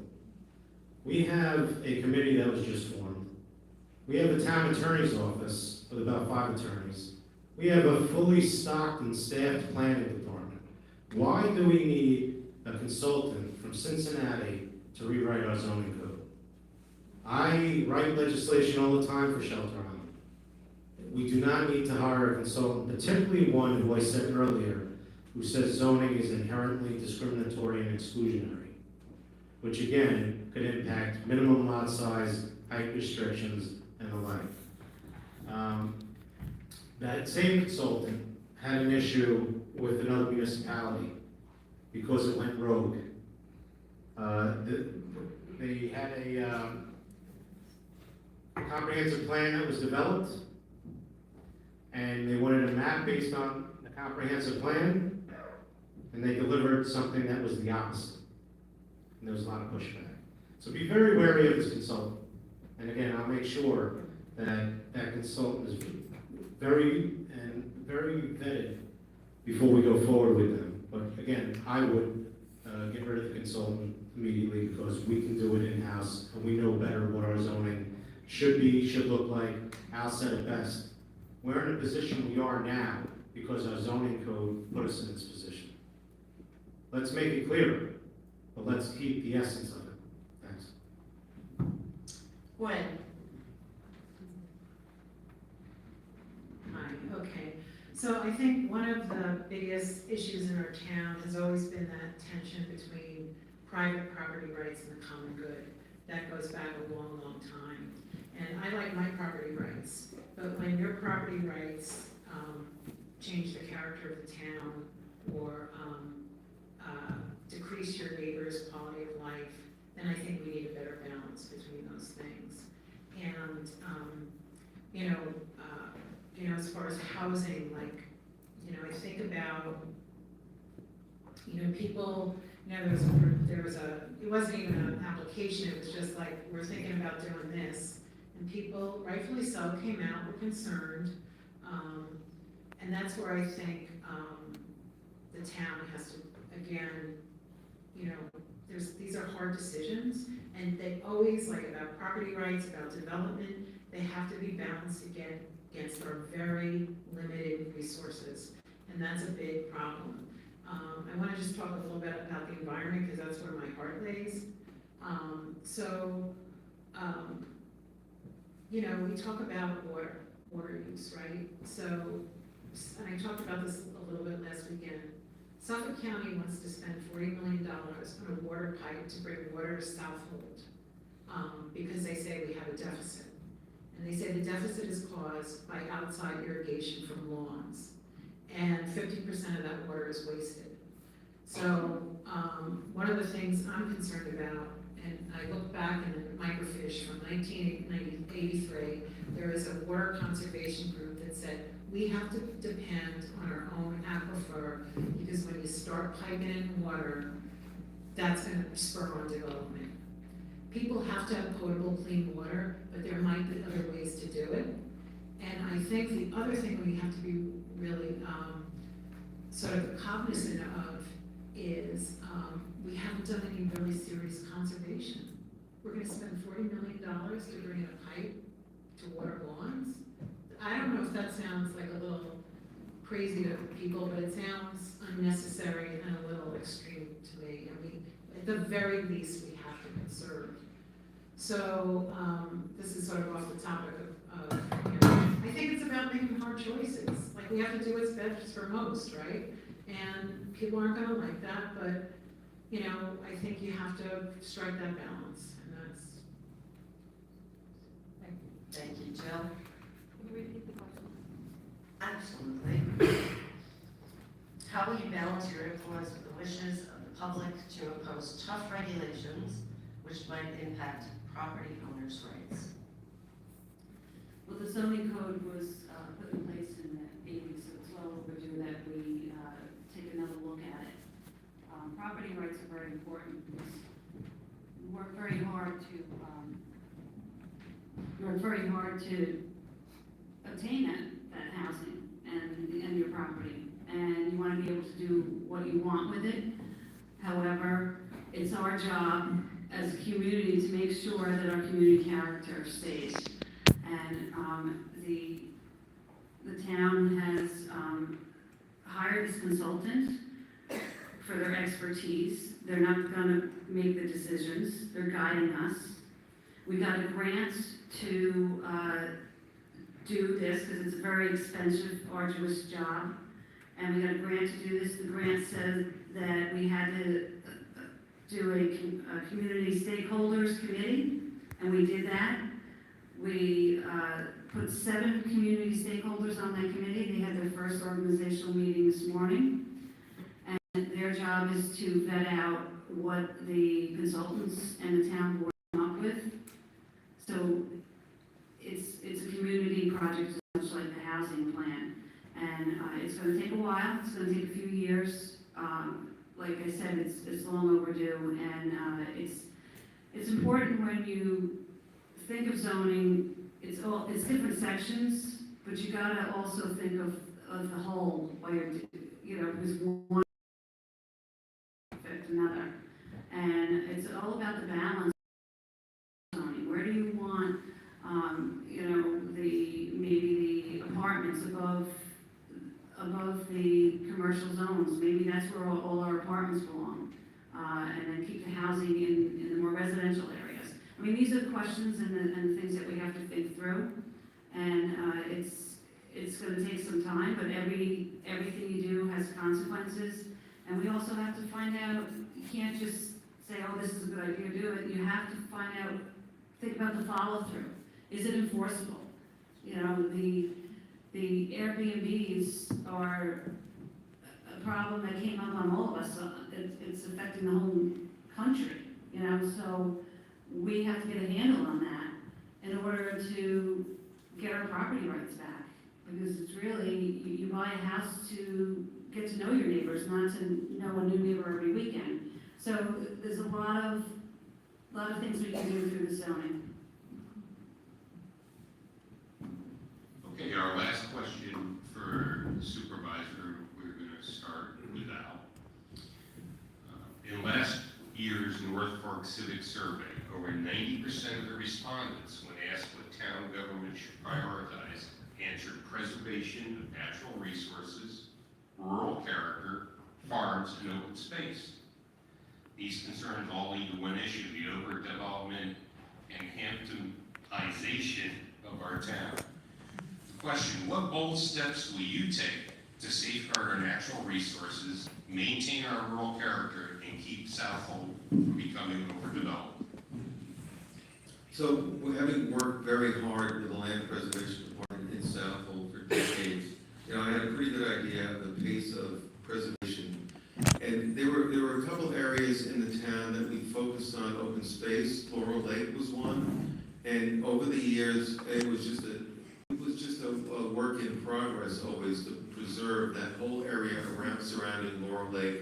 And it was a partnership. The county helped us a lot. They preserved parcels, the town preserved parcels, and it was a 50-50 partnership on some of them. At one point, someone came to the town and said, Pipes Cove, that's the place we need to preserve. And we looked at Pipes Cove, and if you look at that whole area, in that area between Hashemomic and Greenport, there's a lot of preservation that's taken place. And we always used to joke, we're buying another piece of high-quality swampland. But it did add up in the end, and we were very diligent, and we went after all those pieces. And there's a story behind each one, believe me, because land preservation is a voluntary program, so you can't compel someone to sell. But I think the town's done a very good job with the zoning that's in place, and the incentive is to preserve, really, because the process has to include an incentive to the landowner. It has to be to their advantage to either develop or to preserve. And I think that's the community benefit there, is the town's willing to tax itself in order to fund that preservation efforts. So there's got to be a willingness to work with, and the county has a funding source also for land preservation. So whoever's there at the county legislature has to be an advocate for spending that money on the East End, where the land prices are, believe it or not, a lot cheaper than further west. So you get a lot more bang for your buck, for your dollar. So we thought we were on a pretty good pace of land preservation until COVID hit, and now it's really a foot race because there's so much demand for land and there's so much demand for people to be on the East End because there's been so much preservation. So it's really that our success has led to all the intense development pressure. But I think the town, there's a few things that also could be done with the inclusionary zoning in the town and the subdivision code to further incentivize preservation over development. And I think that's the way the town is to keep the focus on it, because when you preserve the land, you're either preserving farmland So it's not on the, it's still in the tax base. When you preserve farmland, the town has no liability for maintenance or for insurance or anything like that, but the land is preserved. If you preserve open space, the benefit there is for water recharge and for habitat for nature. So you have and public access.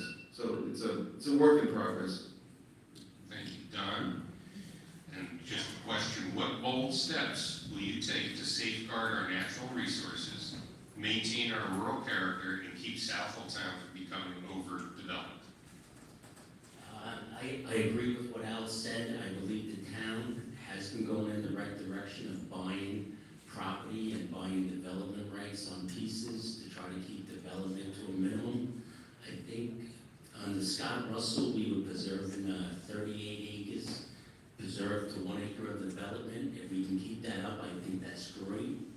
Whatever the people of the town are willing to pay a few more dollars in their taxes so we can buy more, I think everybody agrees that would be okay.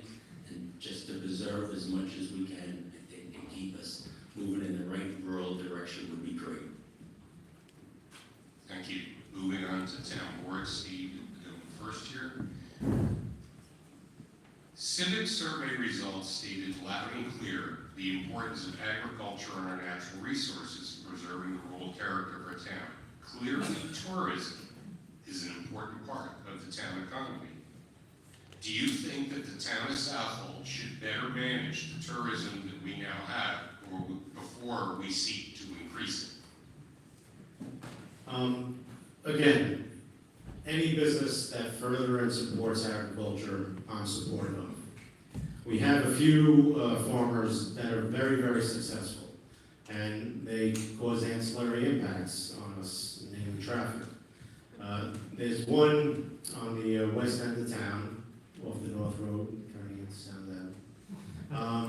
What I would recommend for that particular situation is build a pedestrian bridge. That could solve that problem. I don't think we should punish the farmers for their success. We should welcome their success, because every small business in our town lives off of it. Restaurants, all these different mom and pop shops. People come here for the egg. People come here because we're the anti-Hamptons. And we gotta make sure that it stays that way, and ag stays in ag. Thank you. Gwen? Sure, yeah. Clearly, tourism is an important part of the town economy. Do you think that the town of Southold should better manage the tourism that we now have, or we seek to increase it? Absolutely, I think we have to support our farms for sure.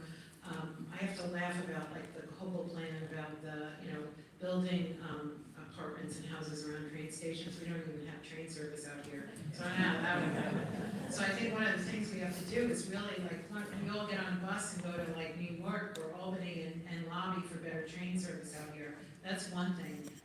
Putting pressure on elected officials works, and we as a community can come together. And again, that's organizing. So there's definitely better ways we can manage our tourism. I think some of, so I'm a local person for many years, you can't make a left-hand turn, and we always put up with it in the fall, like that's nice, people are coming, but now it's bled, the tourism season has bled over into the off-season when we can get tables as locals at restaurants, and so I think our road infrastructure, I live on the main road, so I see all that every day going by my house, and that's a quality of life issue for anybody that lives on the main road or the North Road. Our roads are more dangerous. I see more speeding, things like that. So I think, like in the farm that I think Steve is referring to, we have to work better. We have to come up with a solution. I don't know if a bridge across, maybe, I don't know how people would feel about that on Sound Avenue, because it's a historic road, but, there are things we can have. I knew for a while there, they were working with the police department, and they put in more traffic, parking and things like that. Those are the kinds of things we can do to manage, but we really need, I think, we really have to encourage better public public transportation to the North Fork. I know that's a big lift, but, you know, if you don't ask, you don't get, and we really have to lobby for that. So, I think what we need to do also is bring in better jobs. Like, you know, you talked about nurses, you talked about teachers, you talked about, I mean, there's a robotics company in Cutchogue. They're good paying jobs, and I think what we need to do is, it's like which came first, the chicken or the egg? Those people have to have a place to live, right?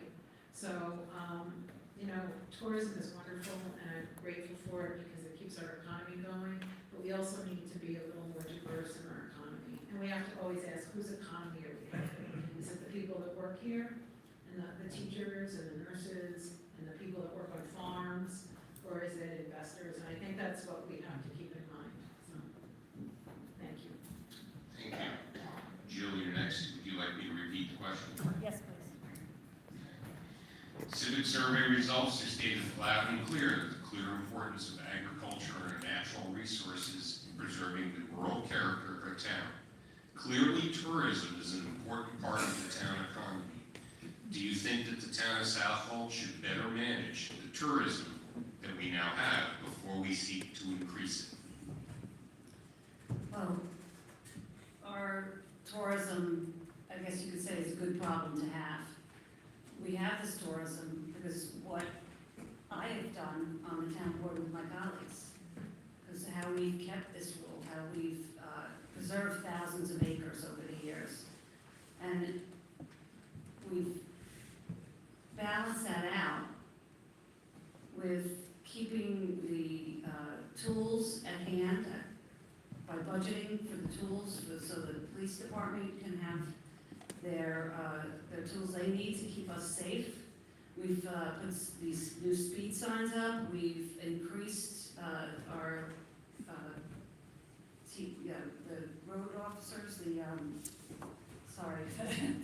TCOs, thank you, TCOs, to help out with the beaches and the parking areas, and you know, we need to make sure that we get a handle on these Airbnbs, so we have the housing for our year-round local people that can work at these jobs.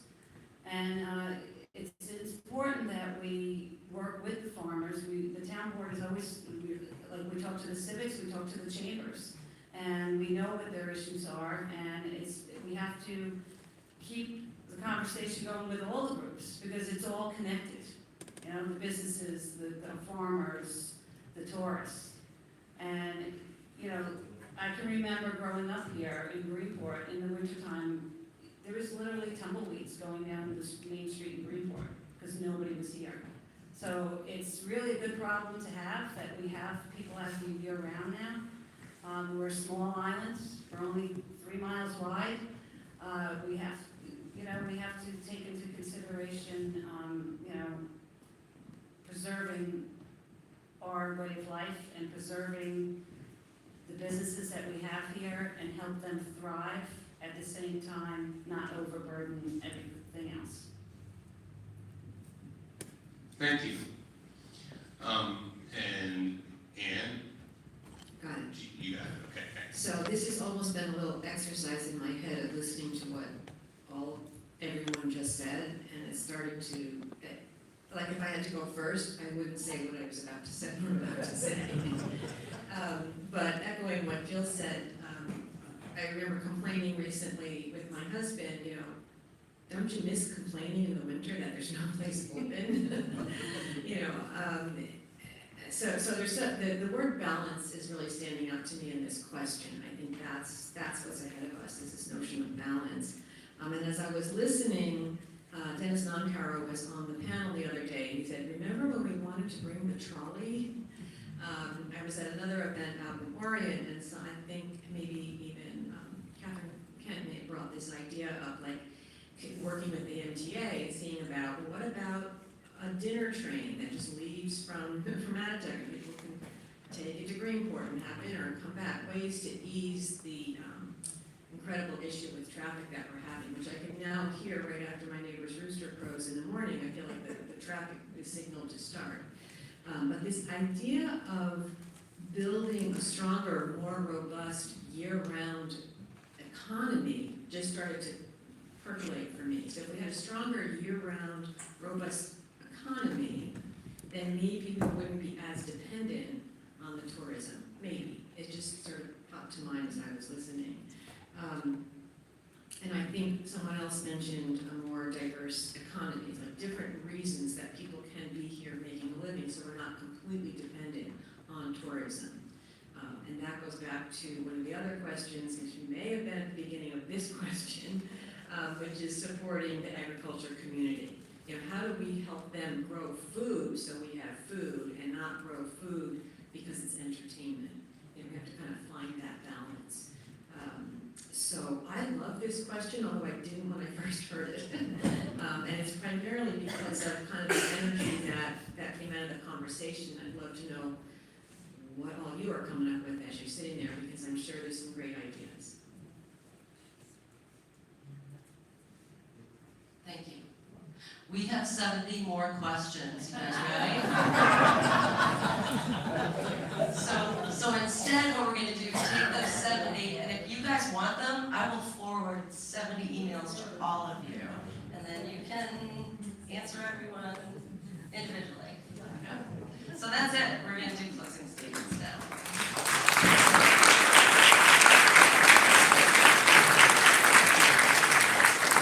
All right, for the closing statements, these are limited to 2 minutes, and 2 minutes each. And we're going to go in the reverse order that we start with the opening statement. So we'll start with the town board, and when you are first. So thank you all for coming again, and I just want to say that first I want to thank this team. I didn't know Ann, I didn't know Bill so well. I've known Nick and Dan and Al for a long time. And this has been a trip. It's been exhausting, it's been illuminating, and it's been a lot of fun. And regardless of what happens, I'm glad I got to know you guys. So, and I also want to say that, you know, I talked about government as a service. Like if you're an elected official, we serve you. And I really feel like my life experience and my skills would make me a really good town board member. And I'm really excited. I have so many ideas, and I just want to get them out there. You know, I'm probably past middle age. I'm 63. I'm not going anyplace else. This is like my last. You know, I'm not going to go for higher office. This is my last sort of part of my life that I want to dedicate to public service, and I've worked in public service either as a nurse or an environmental advocate for constituents in Alice's office. But this will be my full-time job. It will be my only job, and I'm lucky. I'm privileged because my husband was a good union guy. He had a good pension. He had an annuity, so I'm able to live on a town board salary.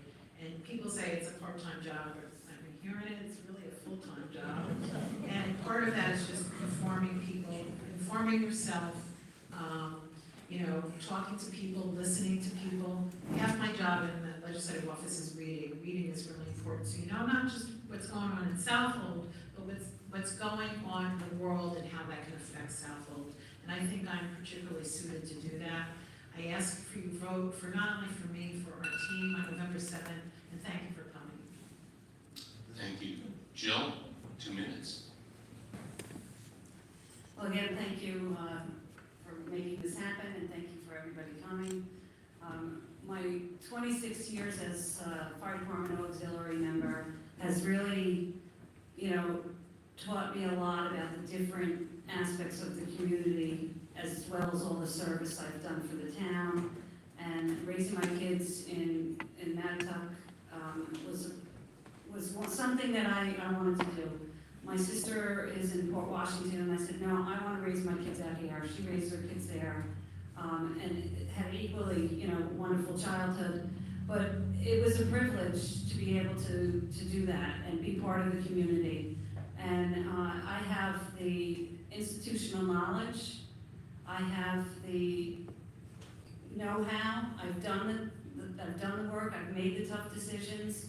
I'm in the community in many ways, and I'm available to everybody 7 days a week. Call me, email me, and I'll answer you. And, and I'll guide you through government, which is not, government and common sense. That's what I learned when I first started. Government and common sense don't work. I bring common sense, I bring a steady hand, and I want to continue to be your voice for this town, and we can, navigate our way forward together. And I ask for your vote, and our team, we have a great bunch of folks that are running that really care about the community. We all up here care about the community. You care about the community, otherwise you wouldn't be here. And we have the expertise to guide and lead this town forward, and I ask for your vote. Thank you. Thank you. Ann? Once again, thank you, everyone. I feel like I've learned a lot just kind of listening to your questions and all of the people up here answering them. I also want to take a moment to thank the current town board, because I've been attending work sessions, committee meetings, town board meetings, public hearings.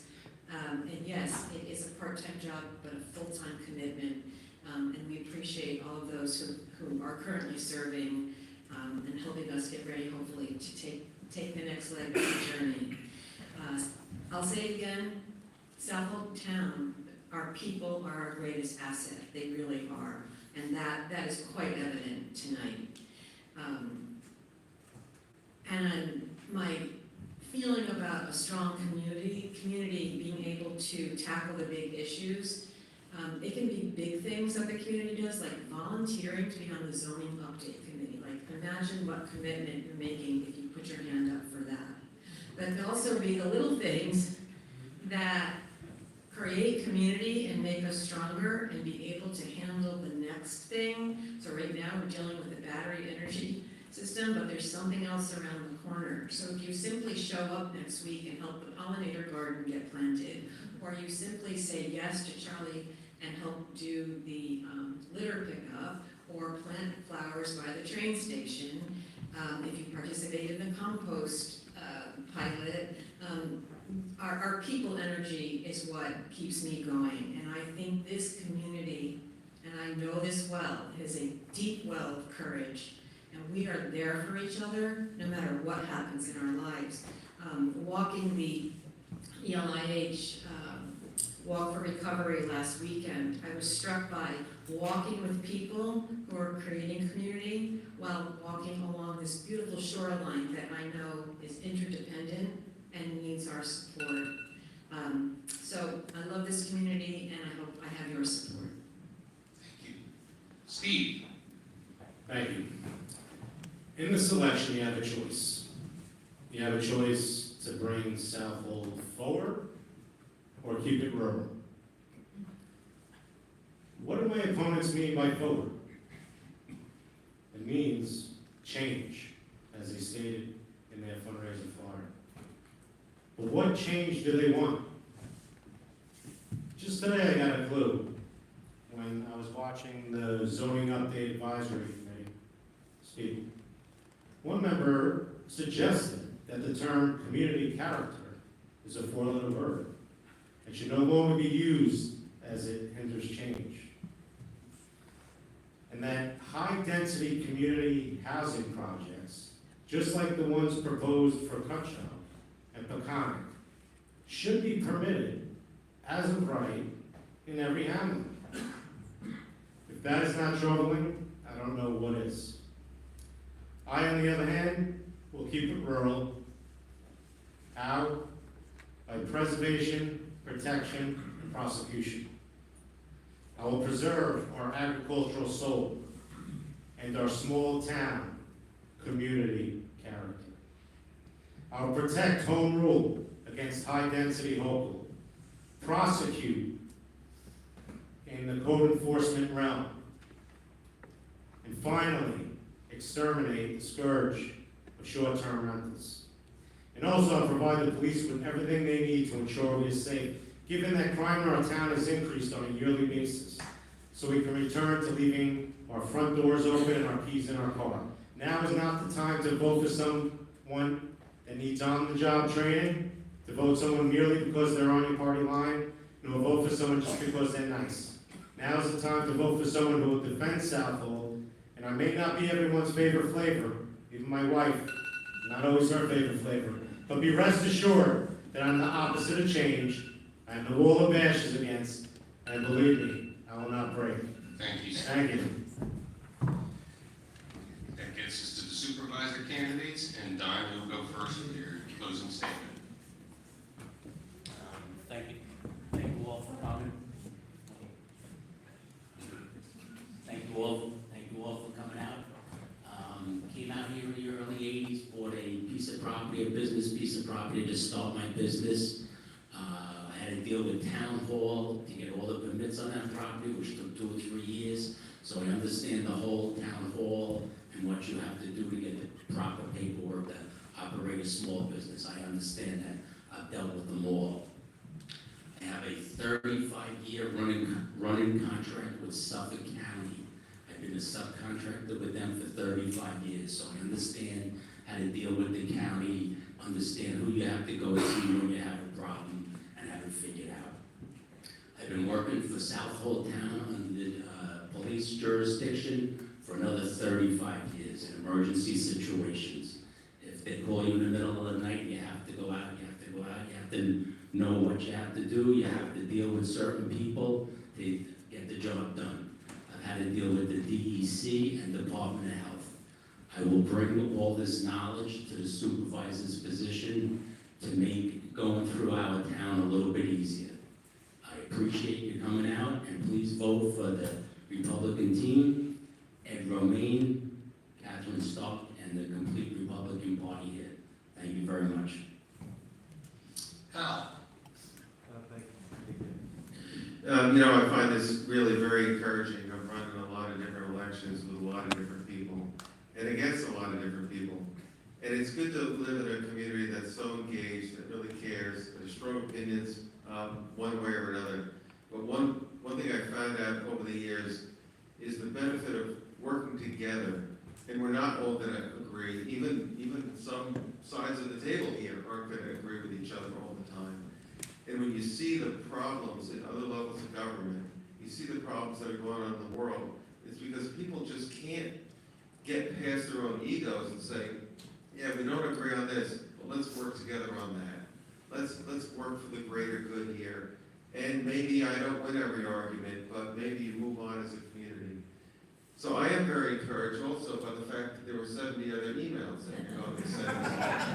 Because that means, because it's not always convenient for people to come, right? And it's good that people can reach out, because as a public servant, and I've been a public servant for a long time, people come up to me on the street, or if we're in King Cullen or Marion or out somewhere, and they're like, hey, I don't want to bother you, but you're here, I want to tell you something. And that's the role of a public servant, to listen to people, to engage the community. And somebody said it, to go out to the community, to go to the civics, to go to the chambers, and to talk to people and say, what's your concern? Government is very fluid, and really, everything's made up, and things change, and you have to change with the times. And just like looking at all the zoning categories, what will serve our community better? Of course, that has to be a public process, and you have to engage the public completely in that process. You also have to work across the aisle, because when the people speak and people vote, those are the people that you get to work with. You don't have to work with. It's a privilege to serve and to be an elected official, and I would ask for your support. Thank you. Thank you.